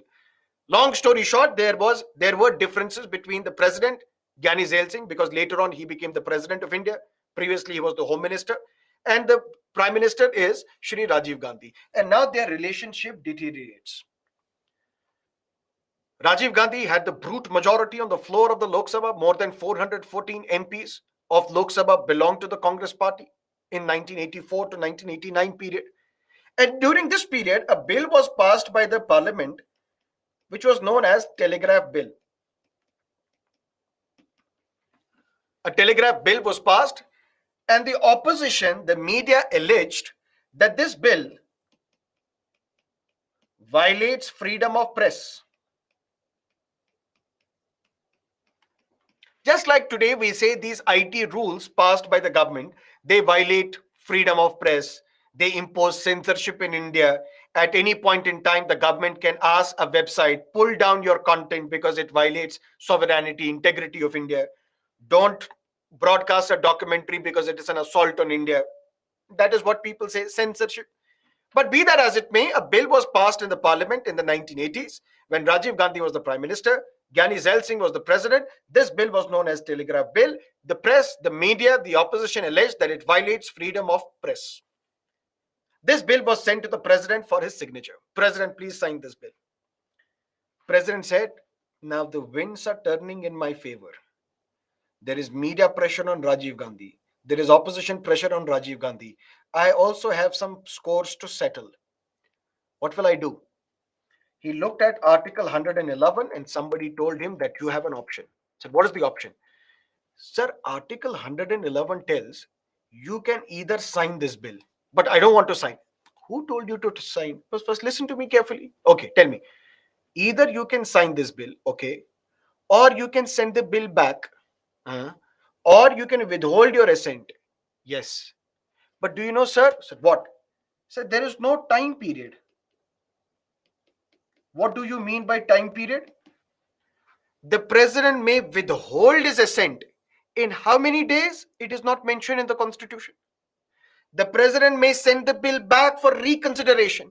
In how many days? It is not mentioned in the constitution. The president may sign this bill. In how many days? It is not mentioned in the constitution. So then what are you trying to say? What do you want me to do? Sir, if this telegraph bill, if you sign this, then you can't settle score with Rajiv Gandhi? No, I don't want to sign. I told you, don't sign. Listen to me. Okay, I'll not sign this bill. Okay. Can you withhold your assent to the bill? Can you publicly declare, I'm not going to sign this bill? If you say that, the bill is dead. It can never become a law. Yeah.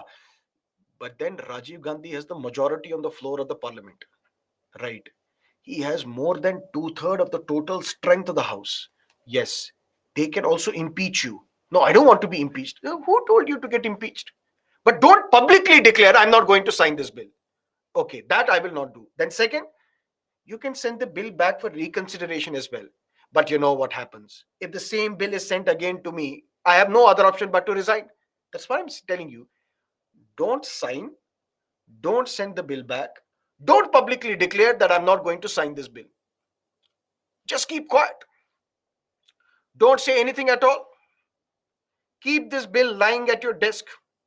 Or should we say, keep this bill lying in your pocket? That is what we call pocket veto. So president was told, please sign this bill. I will.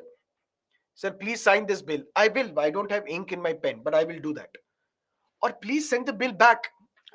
There is no courier facility. So Dunzo does not exist. So I would have sent the bill back. Or please publicly declare that I'm not going to sign this bill. How can I kill myself? I can't do that. So what he did, he kept the bill lying at his desk in his pocket because there is no time period mentioned within which the president has to take the decision whether to sign or not sign or to send the bill back. And that is what we call pocket veto. After President Gyani Zail Singh's term got over, President Venkatraman became the president of India. He saw, oh, there's a bill, telegraph bill, which is lying at my desk, which has not been either signed or withheld or sent back by the president for reconsideration. Now we don't even have the same prime minister. We have Mr. VP Singh as the prime minister. What Mr. Venkatraman as the president did, he sent the same bill which was lying at his desk to the prime minister's cabinet. Please tell us, what do we do with this matter? And prime minister advised the president, we will drop this bill, we will not pursue this bill because now the government has changed. And that is what we call pocket veto. Any questions as of now?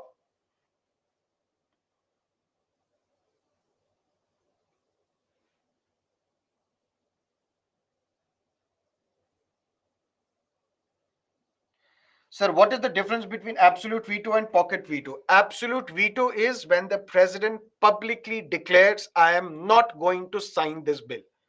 Pocket veto is when the president does not act on this bill and keeps the bill lying in his desk, at his desk in his pocket.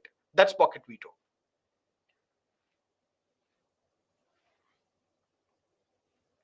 Can the president exercise suspensive and pocket veto simultaneously? No. Is this advice written or verbal? It's a written advice.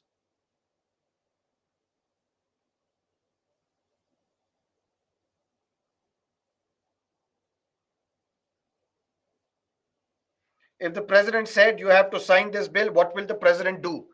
I told you there is no clarity on that. If it's an executive matter, president is bound by that advice. But since it's a legislative matter, the president may go against the advice of the prime minister as well. Sir, for all the bills, the president has no time period within which he has to give his assent. There is no time period at all.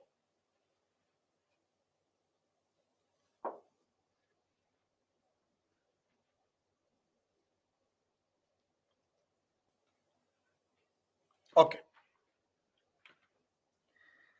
Now we have discussed the President of India, but not in its entirety. We will revisit the office of President when we will discuss Vice President, when we will discuss Prime Minister, when we will discuss Council of Ministers, when we will discuss Attorney General for India. And we will revisit the office of President when we will discuss legislature as well. But whatever was required for you to have a basic understanding of the office of the President that we have discussed. Who is the President of India? What are the qualifications required in order to contest the presidential election? How is the president elected? How is the president impeached? What are the powers available with the president? And more or less, we have covered a significant chunk of the President of India, but we will revisit this office every now and then throughout the discussion on Indian polity. Let's now look at the Vice President of India. Constitution says under Article 63, there shall be a Vice President of India. That means we also need a Vice President of India. But this term shall is not the same as we use for President, which means this office of Vice President can remain vacant as well. How? Let's discuss. Constitution has provided two roles, only two roles, two specific roles to the Vice President. What is that role? The Vice President is the ex officio chairman of Council of States. And what is this Council of States? Council of States is known as Rajya Sabha. The Hindi term of Council of States is Rajya Sabha. States are Rajya, Sabha means council. Council of States is Rajya Sabha. What is role number one, responsibility number one of the Vice President? You are the ex officio chairman of Rajya Sabha. What is the ex officio meaning? Vice President is not a member of Rajya Sabha. Vice President is not a member of Rajya Sabha. Despite not being a member of Rajya Sabha, how is the Vice President chairperson of Rajya Sabha? By virtue of him holding an office. And that office is that of the Vice President. That means Mr. Dankar right now is the chairperson of Rajya Sabha, not because he is Mr. Dankar, but because he is the Vice President. Tomorrow, if I become the Vice President of India, I will automatically become the chairperson of Rajya Sabha as well. I'm not a member of Rajya Sabha. I cannot be the member of the Rajya Sabha. Despite not being the member of the Rajya Sabha, then how am I the chairperson of Rajya Sabha? Because of the virtue of me holding an office. And what is that office? Of the Vice President of India. That means you are holding an office of the Vice President of India. Because you hold the office of the Vice President, only because of that, you are the chairperson of Rajya Sabha. That is what is the role number one of the Vice President. You are the ex officio chairman of Rajya Sabha. And what is the role of this chairman? Basically presides over Rajya Sabha. Please sit down. Please don't speak out of the turn. Please don't throw chairs at each other. Please don't discard the mics. What are you doing? Listen to me. Listen to that member of the parliament. The house is adjourned. The house is adjourned. I will get up. Don't abuse. Don't use slogans. Don't display the placards. Don't come to the well of the house. Basically maintaining discipline in the house, ensuring that the house functions, and how it's like a class monitor. Monitors the entire proceedings of Rajya Sabha. That is the job of the chairman of Rajya Sabha, which means the same job as is performed by the Speaker of the Lok Sabha. So who is the Vice President of India? We say there are two roles assigned to the Vice President. Role number one, you are the chairperson of Rajya Sabha. You are not the chairperson of Rajya Sabha because you were previously the governor of West Bengal, or you did something with Mamta Didi. You criticized her, you tortured her. You are the chairperson of Rajya Sabha because you are holding an office of the Vice President of India. And as the chairperson of Rajya Sabha, it is your responsibility to conduct the proceedings and the business of Rajya Sabha. You are like the class monitor of Rajya Sabha. Clear? And role number two. Whenever there is a vacancy in the office of the President of India, who occupies the office of the President? Vice President.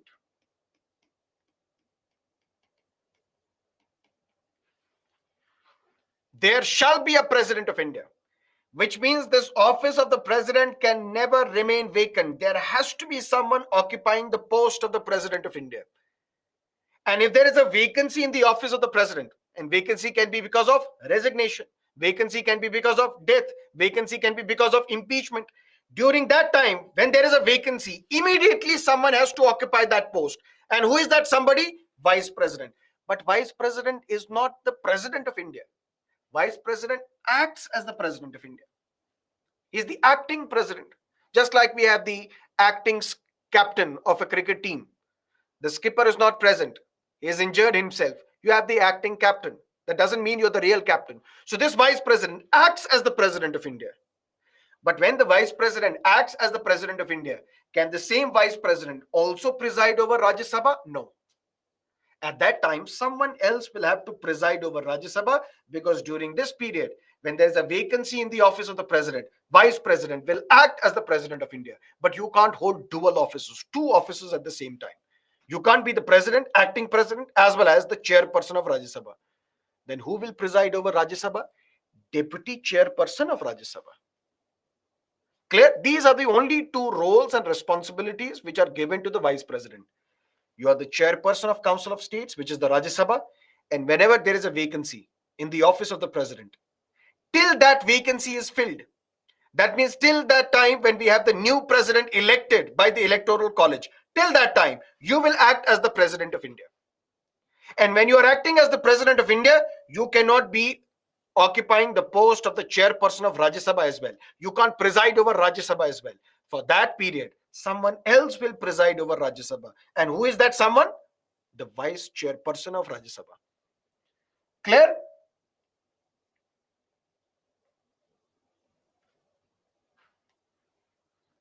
Okay. Now, how is the Vice President of India elected? Vice President of India is elected by the Electoral College. What is the composition of Electoral College? Electoral College of the President is elected members of Lok Sabha, Rajya Sabha, elected members of the state legislative assemblies, elected members of the Legislative Assembly of Delhi and Puducherry. Clear? But the Electoral College of the Vice President's election is members of both houses of the Parliament. When we say members of the both houses of the Parliament, that means elected members as well as nominated members. That means to elect the Vice President of India, only the two houses of the Parliament and their members, whether elected members or nominated members, both of them, they are part of the Electoral College to elect the Vice President of India, which means the states are not involved, which means the state legislative assemblies are not involved. Electoral College, which means who has the right to vote to elect the Vice President of India? The members of both houses of the Parliament. When we say members, members would include elected as well as nominated. So Electoral College, through a system of proportional representation system, by means of single transferable vote, through secret ballot. How? Through secret ballot. Same preference is given. That if there are two candidates contesting the election, I give my first preference to candidate A, second preference to candidate B. Then whoever gets more than half of the valid votes polled, that person is the Vice President of India. Proportional representation system, because in this proportional representation system, what happens? BJP has 303 MPs in Lok Sabha. In Rajya Sabha, they have 120 plus MPs, which basically means what is the proportion of a political party? Those many value of votes will be given to you. What is the proportion of the votes for the Congress? Those many MPs that you have, those many votes will be given to you. That means even before the Vice President's election is conducted, we know for sure that the nominee of the BJP will become the Vice President of India. Why? Because Vice President of India is the nominee, the candidate is supported by the BJP. BJP has the majority in Lok Sabha as well as the Rajya Sabha. So the same logic that we follow for president's election, the same logic we follow for vice president's election as well. But the only difference is that this time it is the electoral college's composition which changes.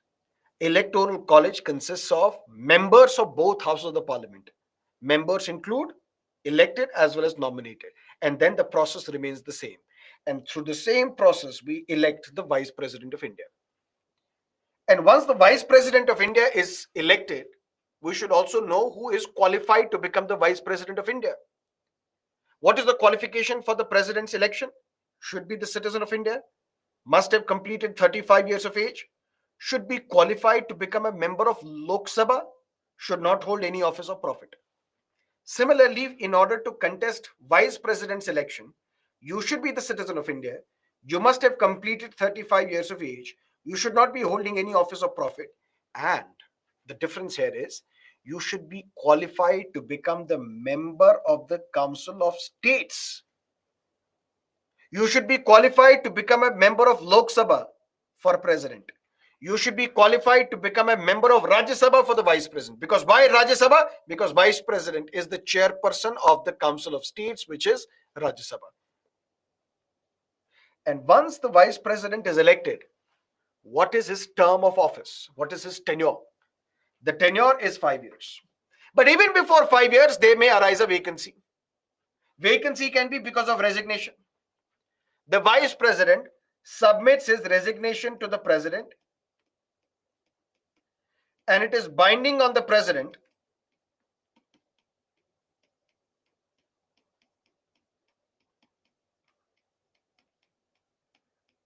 to accept the resignation.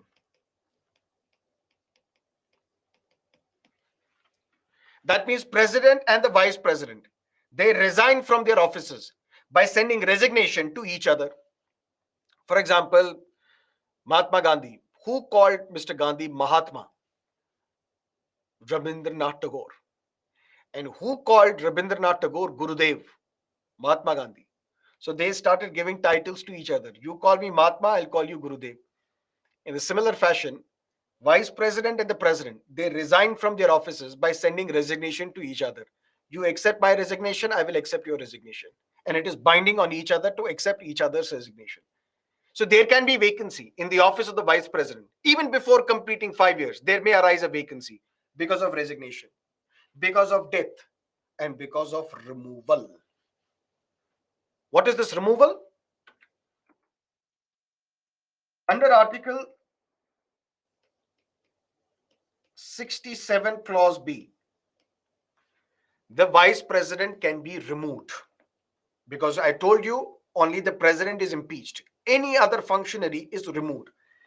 Vice president is removed if Rajya Sabha passes a resolution by effective majority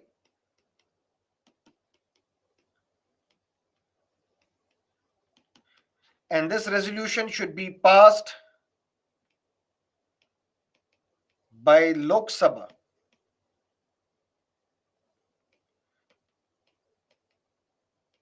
by simple majority.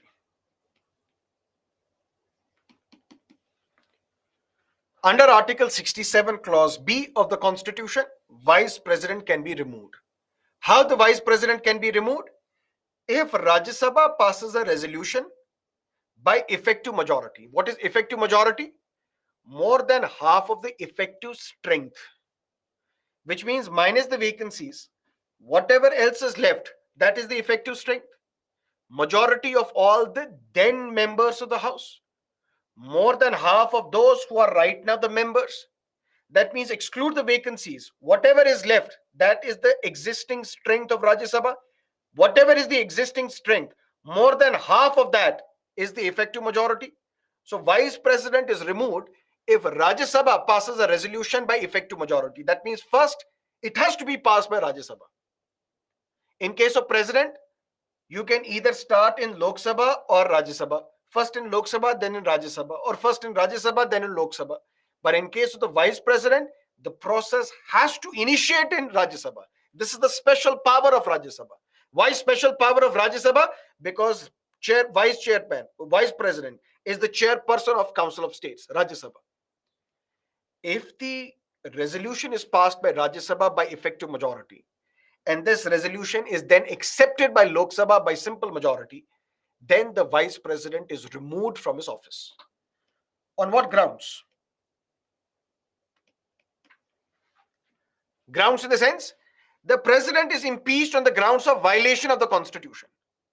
What should be the allegation? What should be the ground of removal for the vice president of India? Grounds are not mentioned in the constitution. There are no grounds mentioned in the constitution on the basis of which you can remove the vice president of India. When there are no grounds, does that mean vice president cannot be removed? No.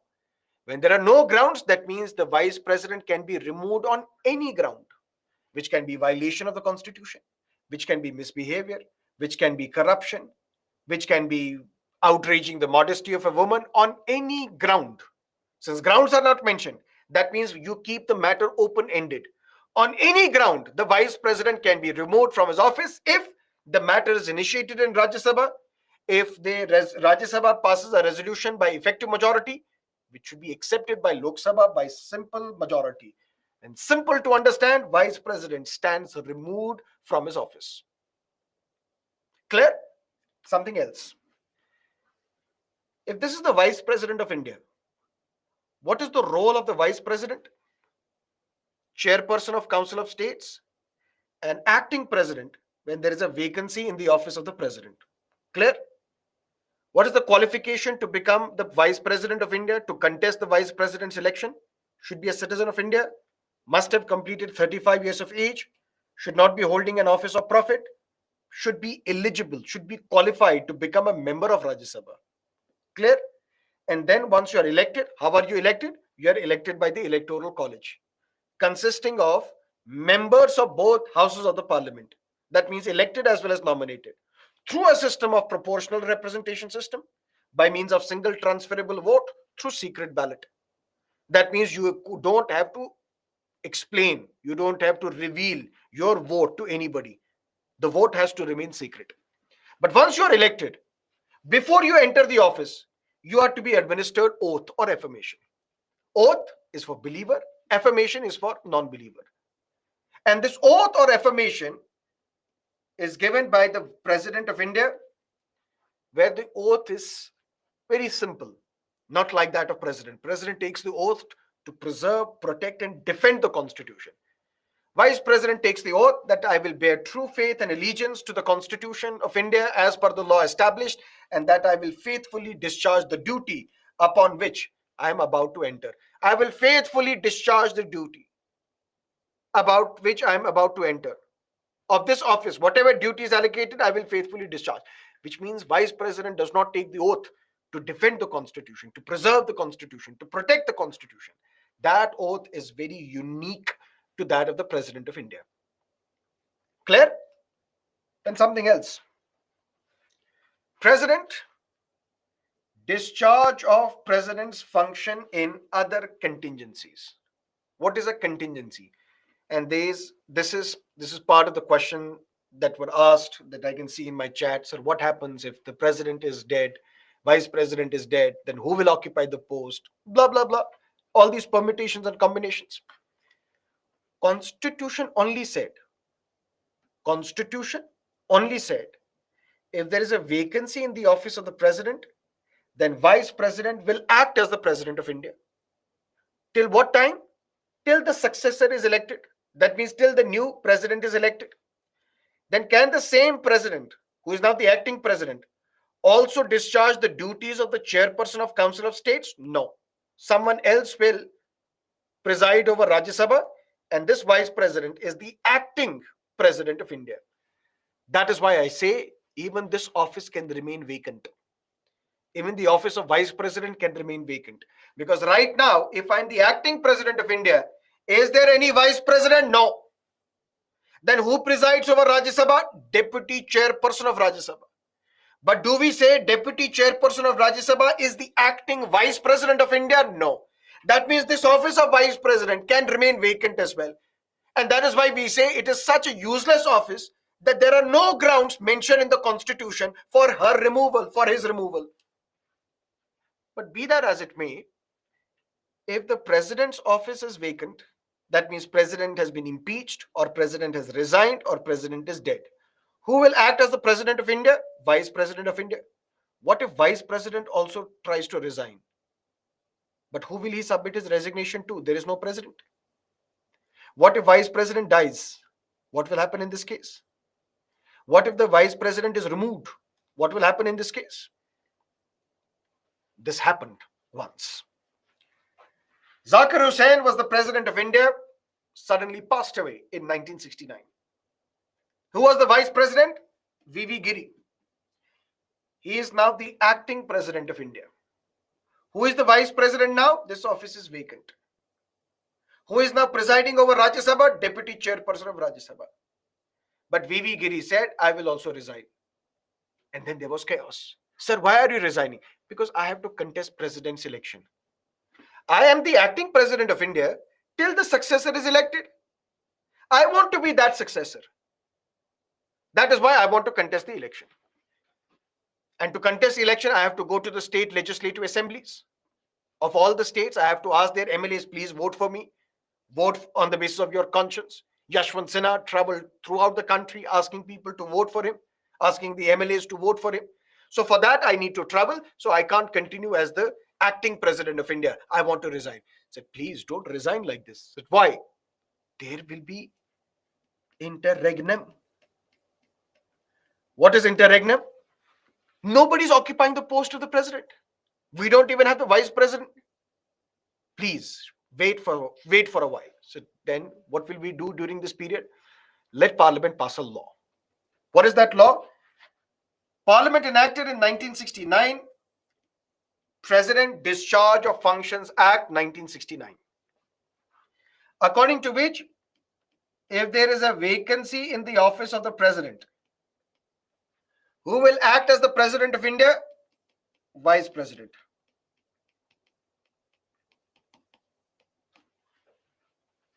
If vice president of office is also vacant, who will act as the president of India? Chief Justice of India. If Chief Justice's office is also vacant, then who will act as the president of India? Senior most judge of the Supreme Court.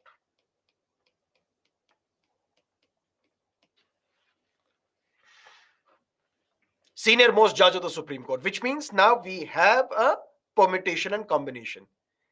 President is there, vice president is there, no issues. President's office vacant, vice president will act as the president of India. What if vice president and president are traveling together in a single plane and the plane crashed? Now we have neither president nor vice president, although this won't happen ever. Why? Because according to the protocol, the president and the vice president cannot travel in the same plane, cannot travel in the same car. Even if they have to go to the same location, they have to travel in a different vehicle. They have to travel in a different aircraft. They can't travel in the same aircraft, because what if aircraft crashes and we have both the constitutional officers dead? That's why they travel separately. But be that as it may, if there is a vacancy in the office of the president, then vacancy in the office of the vice president as well. Then who will act as the president of India? Chief Justice of India. If this office is also vacant, then who will act as the president of India? Senior most judge of the Supreme Court. Clear? 100%. But sir, does it not violate separation of powers? What separation of powers? There shall be separation of power between executive and judiciary. If the member of the judiciary, who is the Chief Justice of India, becomes part of the executive, does it not violate separation of powers? We can't violate separation of powers. You're absolutely right. Then what happens in this case? Chief Justice of India resigns as the Chief Justice, then becomes the acting President of India, remains the acting President till the successor is elected, and then he steps aside. And this happened. Justice Hidayatullah became the acting President of India. He was the Chief Justice of India. There was a vacancy in the office of the President. He acted, resigned as the Chief Justice of India, then became the President, acting President of India. Once the new President was elected, he stepped aside and then joined the judiciary again, then became the Chief Justice again. That is President Discharge of Functions Act 1969. Any questions?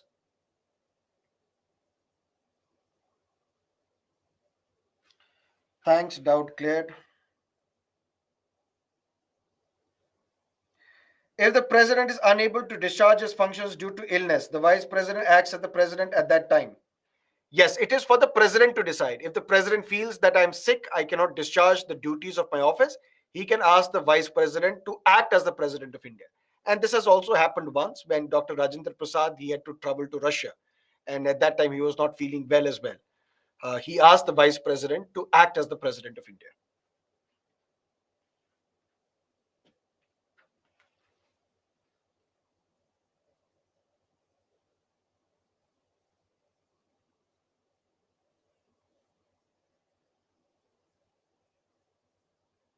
Difference between ex officio chairman of Council of States and chairperson of Rajya Sabha. Both are same. Chairperson of Rajya Sabha is the Hindi name for Council of States.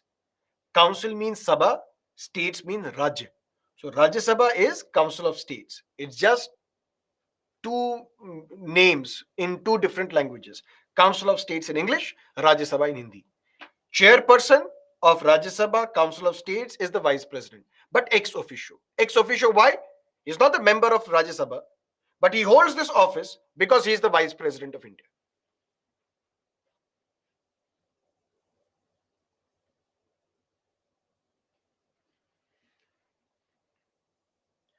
Was Justice Hidayatullah automatically was reappointed formally by collegium? No, automatically he stepped down as the acting president and became the Chief Justice.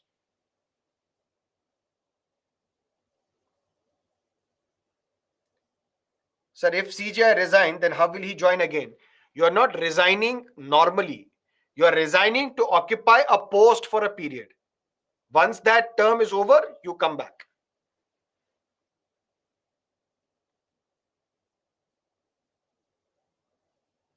When will you discuss about all houses, sir? After Union Executive, we will look at Union Legislature. There we will discuss Rajya Sabha, Lok Sabha. Then we will jump to state machinery, where we will discuss Legislative Assembly, Legislative Council. So one by one, everything will be completed. I'm here till the time I'm alive, everything will be completed. CJI full form is Chief Justice of India. Now, if there is any doubt which arises out of the president's election or vice president's election, for example, there was a dispute when Pranab Mukherjee became the president of India. His opponent, P.S. Sangma, filed a petition before the court that Pranab Mukherjee is not qualified to become the president of India. Why qualified? Why not qualified? Because according to Mr. Sangma, Pranab Mukherjee, when he filed the nomination papers, at that time he was holding an office of profit. He was the member of Indian Statistical Institute, which is based in Kolkata, which is an office of profit. That is why Pranab Mukherjee should be disqualified. But court said no, he had resigned before he submitted his nomination papers. So at the time when he submitted his nomination papers, he was not holding any other office. He was not holding an office of profit. As such, he is not disqualified. But be that as it may, the point is, if there is a dispute, where can you file that dispute? That dispute can be filed only and only in the Supreme Court, whose decision shall be final. If there is a dispute arising out of the president's election, vice president's election, such a dispute can be filed in the Supreme Court, and the verdict of the Supreme Court shall be final.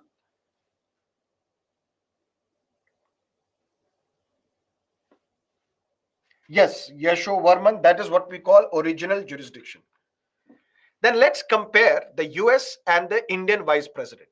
Why compare? Because Indian vice president is chairperson of Rajya Sabha, and Rajya Sabha we say is the upper house of Indian Parliament. In the similar fashion, Vice President of the United States of America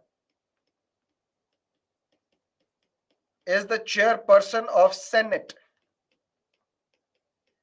Senate, which is the upper house of US Congress. US Congress means it's not Rahul Gandhi's Congress. US Congress means US Parliament. US Congress is bicameral. It has two houses. House of Representatives and Senate. Just like Rajya Sabha is the Council of States, where states are represented in the Parliament. In the similar fashion, there are 50 states in United States of America. All these 50 states send two MPs, two senators to Senate. So Senate represents the states of United States in the US Congress, in the US Parliament. And who is the chairperson of the Senate? The Vice President of the United States of America. This is where the similarity is between the US Vice President and the Indian Vice President. But then there is a difference as well. What is the difference? Let's say we have the President of India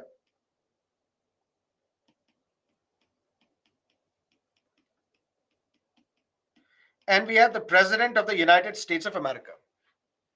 What is the term of the President of India? 5 years. What is the term of the President of the United States of America? 4 years. What if there is a vacancy in India, and what if there is a vacancy in United States of America? Vacancy, let's say for example, after 1 year, there is a vacancy in the office of the President of India. Vacancy can be because the president unfortunately passes away, the president resigns, or the president has been impeached. That's how there can be a vacancy. That means how many years are now left? 4 years. If there is a vacancy in the office of the president, who will act as the President of India? Vice President. But will the Vice President of India act as the President of India for the remaining term, which is 4 years, or till the successor is elected? Till the successor is elected.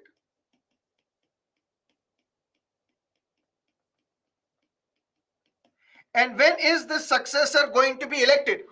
Election Commission should take the earliest opportunity to conduct elections. The first opportunity, whenever you get the opportunity, conduct elections, which should be within 6 months. President of India, there is a vacancy. Vice President of India will act as the President of India, but not for the remaining 4 years. Then, till the time successor is elected. When the successor is elected, Vice President will go back to Rajya Sabha. And now the successor is the President of India. And this successor will have a full 5-year term. Full 5-year term. Even if after 1 year we saw a vacancy, but you were elected not for the remaining 4 years, you were elected for the entire 5-year period. Clear? For example, in Lok Sabha, let's say, for example, Mr. Rahul Gandhi was elected to Lok Sabha from Wayanad constituency. And what is the term of Lok Sabha? 5 years. That means 2019 till 2024. What if in 2020, Shri Rahul Gandhi decides, I will resign from Lok Sabha? That means there is a vacancy. That means from Wayanad constituency, we don't have a representative in Lok Sabha. That means now in Wayanad, we should have a new election. And that new election is known as by-election. By-election. And when somebody is elected from Wayanad constituency, he or she remains in office not for 5 years, for remainder of the term, which is 4 years. But that's not the case in case of president. Whenever there is a vacancy, new president is to be elected. This new president will be elected for the complete tenure of 5 years. Clear? But this vice president, who will act as the President of India, he will remain in office till the time the successor is elected. And what should be that time period? Within how many months or years will that election take place? Within 6 months. But in case of President of the United States of America, if Joe Biden is the president and his term is 4 years, after 1 year, Joe Biden dies, which means there is a vacancy in the office of the US president. Who is the Vice President of the United States of America? Kamala Harris. Kamala Harris will now become the President of the United States for the remaining 3 years. That means Kamala Harris, who is the Vice President of India, who is the Vice President of the United States, will now become the President of the United States for the remaining term, which means 3 years. That's the difference between Indian and the American Vice President. And that completes our discussion on Vice President. Any questions? Let me know.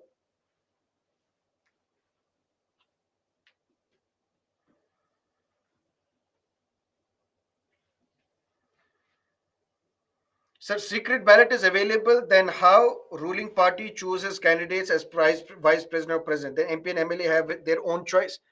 But if Mr. Modi tells all his MLAs and MPs that you vote for Ms. Murmu, why would MLAs defy Mr. Modi and vote for someone else? You have to tell your MPs that this is my candidate, vote for him. And they will vote for him. Even if there is no whip, even if it is not binding, even if you can vote for someone else as well. But why do you want to vote for an opposition candidate? You would want to vote for your own candidate.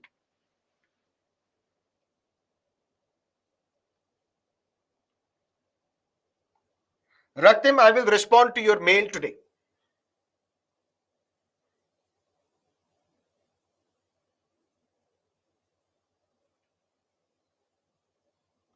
Is CJI again got CJI post after joining? Yes.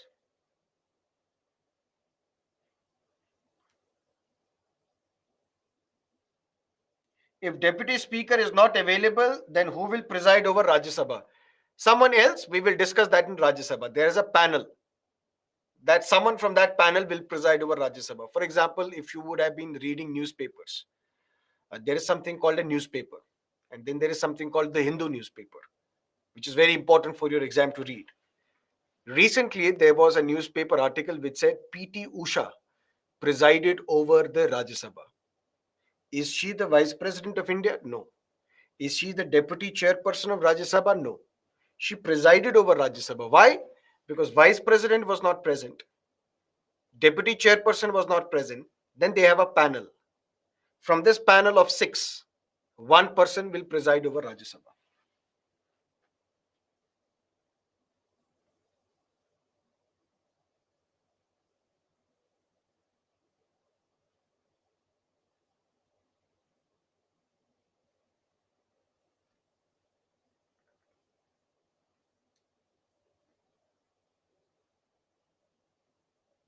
Sir, there is no provision that Vice President acting as President can't contest successor presidential election. Then why did VV Giri resign?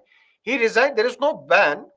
An acting president can also contest election. There is no such ban, but he wanted to campaign for elections. He wanted to visit various states and campaign for himself. That is why he needed time and he wanted to resign as the acting president. Okay. Now let's look at Council of Ministers, Prime Minister, and the Cabinet. What is the difference between Cabinet and Council of Ministers? What is the role of the Prime Minister? Because Union Executive consists of President, Vice President, Prime Minister and his Council of Ministers, and the Attorney General for India. We have discussed President and the Vice President. We will revisit President again.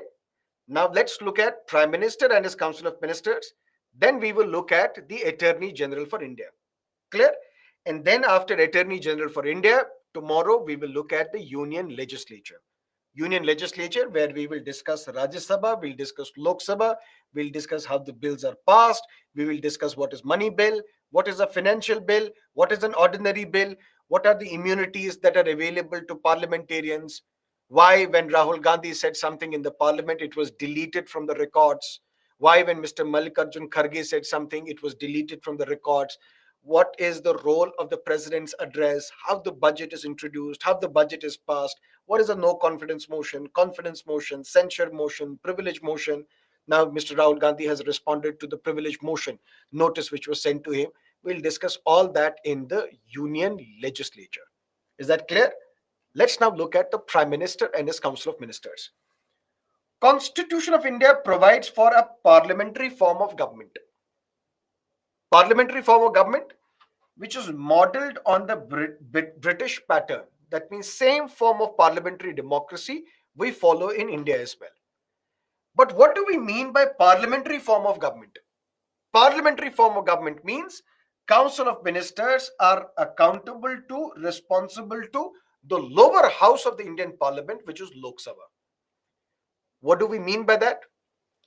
Prime Minister and his ministers, Council of Ministers, they are responsible to Lok Sabha. They are not responsible to Rajya Sabha. Why are they responsible to Lok Sabha? Because Lok Sabha is directly elected by the people. So through Lok Sabha, which is directly elected by the people, the government, Prime Minister and his Council of Ministers are responsible to the people of India. But Rajya Sabha is not elected directly by the people. Members of the Rajya Sabha are not directly elected by the people. Members of the Rajya Sabha are elected by the MLAs of legislative assemblies. So it's like you have to take a detour. It's like an indirect election. People, you and me, we directly elect our MPs in Lok Sabha. But people elect MLAs. These MLAs then elect MPs to Rajya Sabha. So these Rajya Sabha MPs are not directly elected to the people, directly elected by the people. So parliamentary democracy would mean that Council of Ministers are responsible to that house which is directly elected by the people, and that is a lower house, that is a Lok Sabha. But not just that. Rajya Sabha represents states. States in the sense, if Andhra Pradesh has YSR government, YSR Congress's government, that means majority of the MPs from Andhra Pradesh will be from YSR party. Majority of the MPs in Rajya Sabha from Telangana will be from TRS or BRS now, Bharatiya Rashtriya Samiti.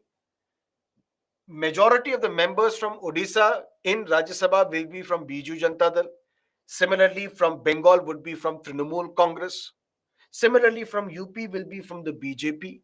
Similarly, from Punjab now will be the Aam Aadmi Party. From Delhi will be the Aam Aadmi Party. Clear? That means Rajya Sabha represents states, and in different states we may have different governments running. But at the central level, you have the power to govern this country, to run the affairs of the country, if you have the majority in the Lok Sabha. The moment you lose majority in Lok Sabha, you have no other option but to resign. So you are accountable, responsible only to Lok Sabha, and that is what we call parliamentary form of democracy or parliamentary form of government. And in this parliamentary form of government, we have to look at Article 74. There shall be Council of Ministers with Prime Minister at its head to do what? To aid and advise the President, who shall act on that advice, provided the President may ask for reconsideration of that advice and shall act according to the advice retendered, which means in India, which is modeled on the British parliamentary system, a parliamentary form of government which is responsible to the Lok Sabha, to the lower house of the Indian Parliament. The real power is with the Prime Minister and his Council of Ministers. Anything and everything that the central government can do is done by the Prime Minister and his Council of Ministers.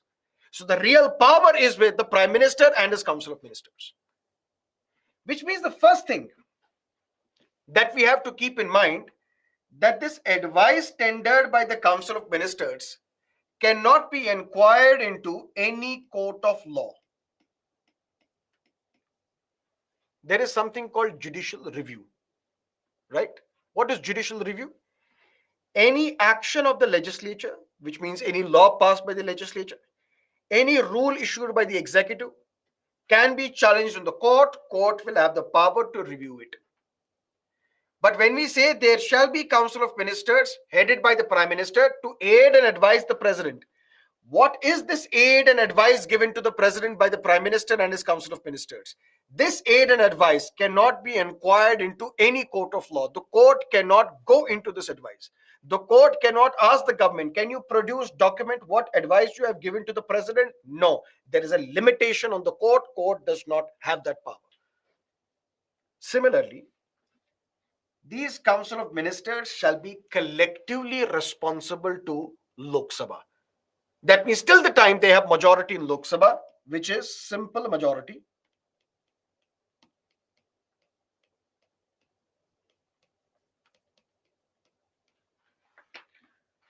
till the time you have simple majority, you can continue as the Prime Minister and run the government. The moment you lose simple majority, you have no other option but to resign.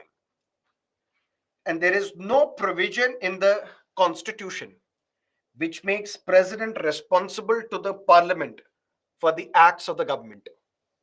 In the sense, all the executive powers are vested in the name of the President of India. Correct? If tomorrow government takes certain decisions, government starts with demonetization, or the government does something in foreign policy, what is happening in along the line of actual control in China, the members of the Parliament cannot hold President accountable.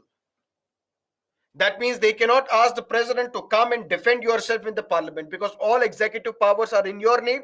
You tell us, why did you start demonetization? Because it was done in your name. You tell us, why are you not able to defend the country, the territory along the line of actual control? Because you are the supreme commander of Indian armed forces.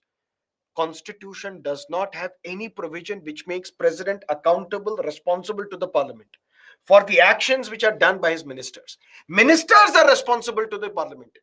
Amit Shah is responsible to Lok Sabha. Mr. Modi is responsible to Lok Sabha. Ms. Srimati Irani is responsible to Lok Sabha. President is not. Why? Because President is a nominal constitutional head. The real power is with the Prime Minister and his Council of Ministers.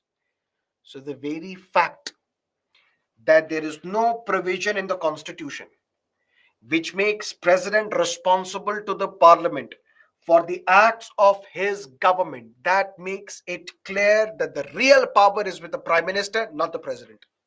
that we follow parliamentary democracy and not presidential democracy. That whatever aid and advice is given by Prime Minister to the President, that is binding on the President. But the first step is choosing the Prime Minister. Elections are over. Now, once the elections are over, new Lok Sabha is constituted. Now, from this Lok Sabha, the President has to choose one person who will become the Prime Minister. Because Constitution does not say who the Prime Minister can be.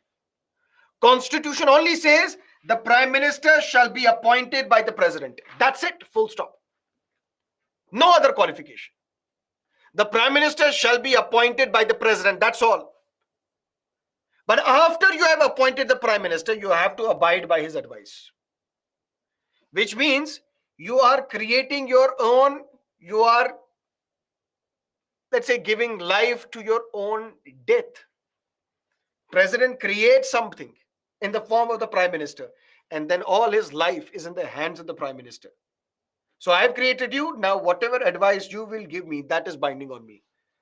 The Prime Minister shall be appointed by the President, and only on the advice of the Prime Minister, other ministers can be appointed. Only on the advice of the Prime Minister, other ministers can be appointed by the President. But the first step is, first we have to choose the Prime Minister. And this is where the President has a discretion. What is the discretion? President can appoint anybody. Can President appoint me as the Prime Minister? Yes. Will it be good? It will be good. But will it be legal, moral, ethical, illegal? Perhaps no. Why? Because even if I am appointed as the Prime Minister, but we follow parliamentary form of democracy. And in a parliamentary form of democracy, if I am the Prime Minister, on my advice, other ministers are appointed. I tell the President that there are 5, 6 good students. There is Nitish, there is Darshan, there is Hariom, there is Shalu. All of you should be appointed as ministers as well. President has to appoint you. But then all of us together, we are collectively responsible to Lok Sabha. And in Lok Sabha, we don't have the majority. In Lok Sabha, majority is with the BJP. So the BJP members will introduce a no confidence motion. They will say, we don't have the confidence in the Prime Minister and his ministers. This no confidence motion will be passed by simple majority. Why? Because they have the majority in Lok Sabha, we don't have the majority. So even if we are appointed, we can be appointed only for a day, 2 days, 3 days, 7 days maximum. After that, we have to prove our majority in Lok Sabha. But we can't prove our majority in Lok Sabha because none of us are part of Lok Sabha. In fact, Rahul Gandhi's party, they will support us. They've got 50, 52, 53 MPs.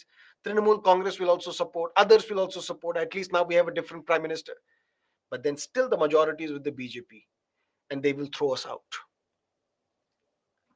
Which means the first thing is, although President has a discretion, but he does not use or misuse it. In a sense, if the elections are over and the elections throw a winner, the BJP is the winner. BJP itself will choose its leader. All the 303 MPs will choose a leader and say, Mr. Modi is our leader. And Mr. Modi will go along with the list of these MPs, give this name to the President. President, I have the majority on the floor of the Lok Sabha. Give me the opportunity. I'll form the government. President will look at this document and say, yes, you have the majority. I'll appoint you as the Prime Minister. 2014 also it happened. 282 MPs of BJP, they elected Mr. Modi as the leader of the legislature party. Mr. Modi met the President. President said, I was knowing it. I will appoint you as the Prime Minister. So although President has a discretion, President can appoint anybody as the Prime Minister, but he would not embarrass himself. If the people have voted for BJP, why would President appoint Rahul Gandhi as the Prime Minister? You will be left embarrassed because Rahul Gandhi will not survive for long as the Prime Minister. Otherwise, he is very fit. Clear? But when it comes to a hung parliament,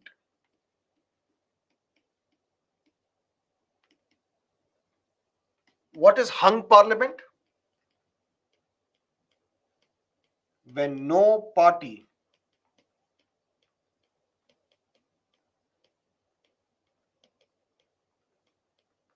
has the majority. Elections are over. For example, in 2004, elections were over. Congress emerged as the single largest party, but with 140 odd seats. It did not have the majority. BJP emerged as the second largest party, but it did not have the majority. Then the president has a discretion. President can appoint anybody as the prime minister and then tell that person, you prove majority on the floor of the Lok Sabha. But then this is where political parties, they first get in touch with each other.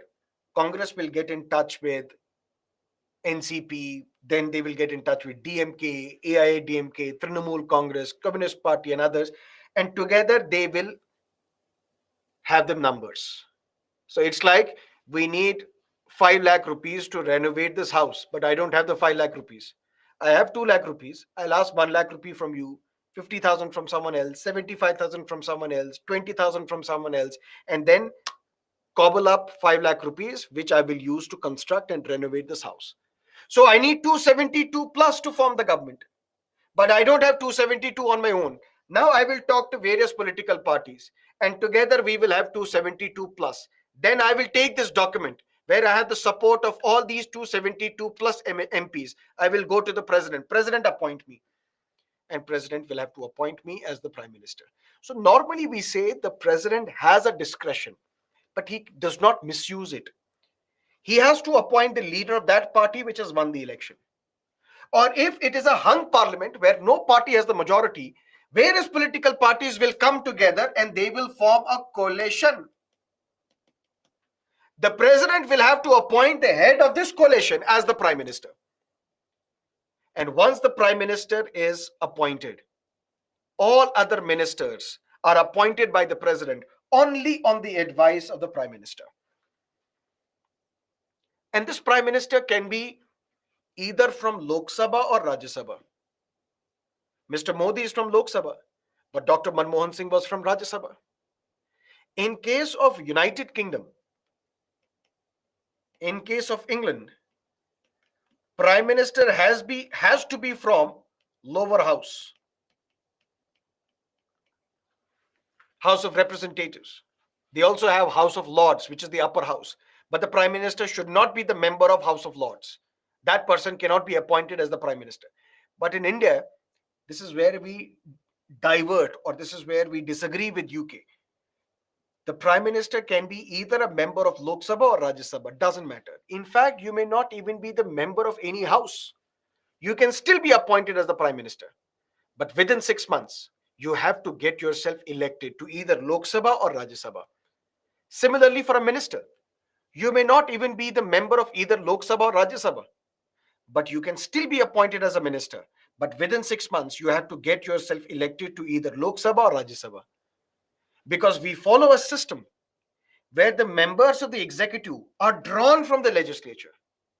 That means only those who are part of the legislature can continue to be part of the executive. Dr. S. Jaishankar, Subramaniam Jaishankar, he was not the member of either Lok Sabha or Rajya Sabha when he was appointed as the minister, a cabinet minister, an external affairs minister in 2019.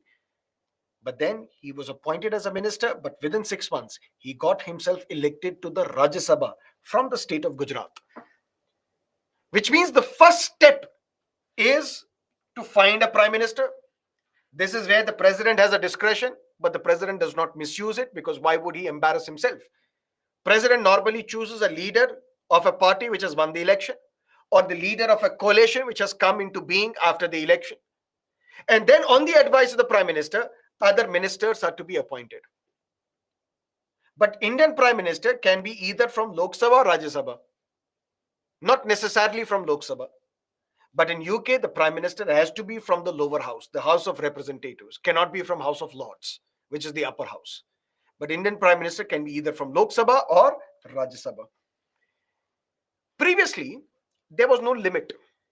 No limit in the sense, all these people are aspirational, just like us. Because who are these politicians? Don't abuse them. Don't curse them. Because they are basically from us, within us, amongst us. We are also aspirational. They are also aspirational. So initially their aspiration is we should become the member of a political party. Then their aspiration changes, we should become the MLA. Then their aspiration changes, we should become an MP. But their aspiration does not end being an MP. Then their aspiration is we should also become a minister.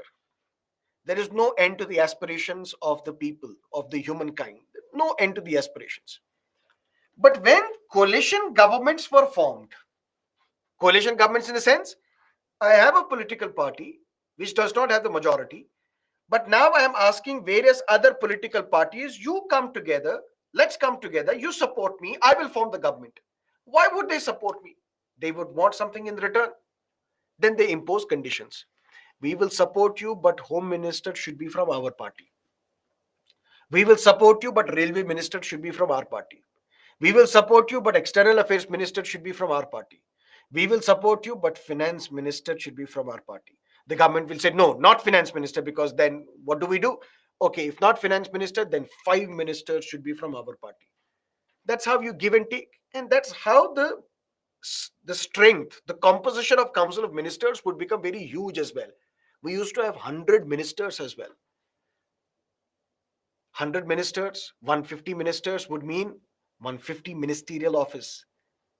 Their emoluments, their salaries, their office work, so much expenditure, which is a drain on public money. Because where would they spend the money?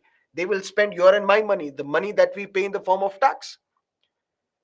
Thanks to Atal Bihari Vajpayee, he was the prime minister, constitution was amended. 91st Constitutional Amendment Act was passed, and then a limit was imposed that the total strength of the Council of Ministry, including the Prime Minister, shall not exceed 15% of the members of Lok Sabha. Which means 15% of 543, that is the upper limit, beyond which means close to 83, 85, beyond which no ministers can be appointed. That's the maximum number. And the minimum number can be 12 for the central government. State governments, it vary. State governments also, the maximum is fixed at 15% of the legislative assembly, but minimum may vary. But in case of Lok Sabha, in case of central government, minimum 12, and maximum number of ministers that can be appointed by the president is 15% of the Lok Sabha. The total composition of Council of Ministry, including the Prime Minister, shall not exceed 15% of the members of the Lok Sabha. Clear? The ministers hold office during the pleasure of the president, and this is what we call doctrine of pleasure. Prime Minister is appointed by president. Ministers are appointed by president. They remain in office as long as they enjoy the pleasure of the president, which means as long as president is satisfied with them, they will continue. The moment president loses his pleasure, the ministers will be removed. But this is not the personal pleasure of the president. This is basically the pleasure of the prime minister. All the ministers are appointed by the president only on the advice of the prime minister. Any minister can be removed by the president. That means president can revoke his pleasure, revoke the pleasure, and remove that person only on the advice of the prime minister. So this is not the personal pleasure of the president. This is the pleasure of the prime minister. That's what the court has also said.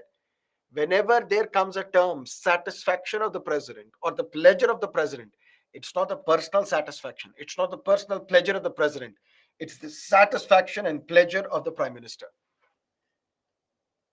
But before these ministers enter into office, they are administered two kinds of oath: oath of office and oath of secrecy. And this oath of office, this oath of secrecy is mentioned in third schedule of the Constitution. So I've told you that we have 12 schedules in the Constitution. We looked at Schedule 1 and Schedule 4 when we discussed Part 1 of the Constitution.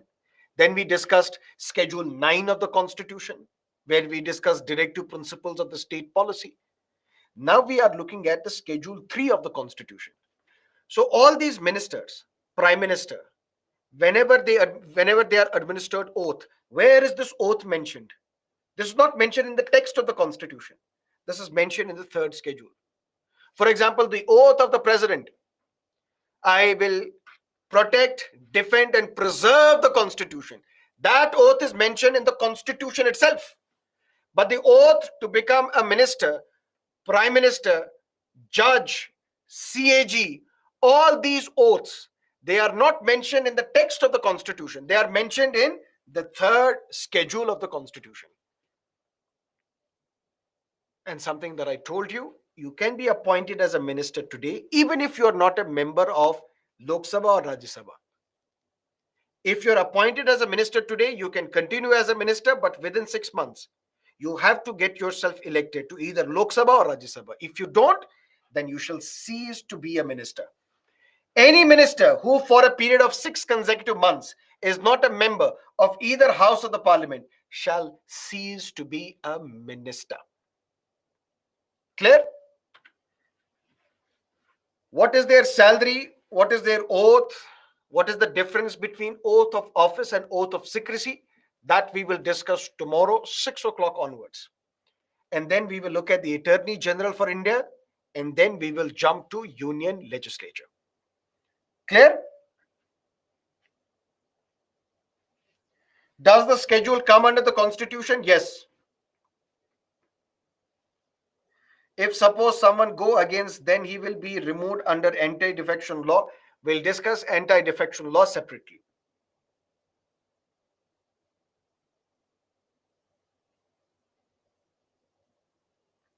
Sir, if a person who is not a member of parliament is appointed PM by the president, okay, and subsequently also nominated by the president as the MP in Rajya Sabha within 6 months, is this lawful? Yes, this is fine.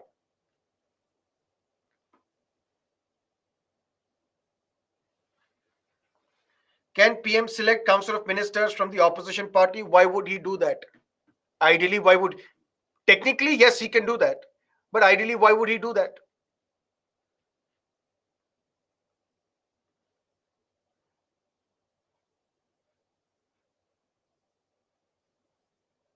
Many political leaders often attract votes in the name of religion. Is this line can I use in mains answer writing? Yes, you can use this. This is truth, universal truth.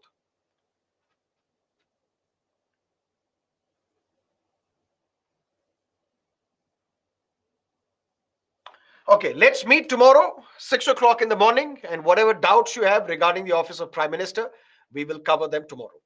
See you tomorrow, 6 o'clock, and tomorrow we will also discuss previous year's question papers. Till then, stay safe, stay healthy. Bye bye.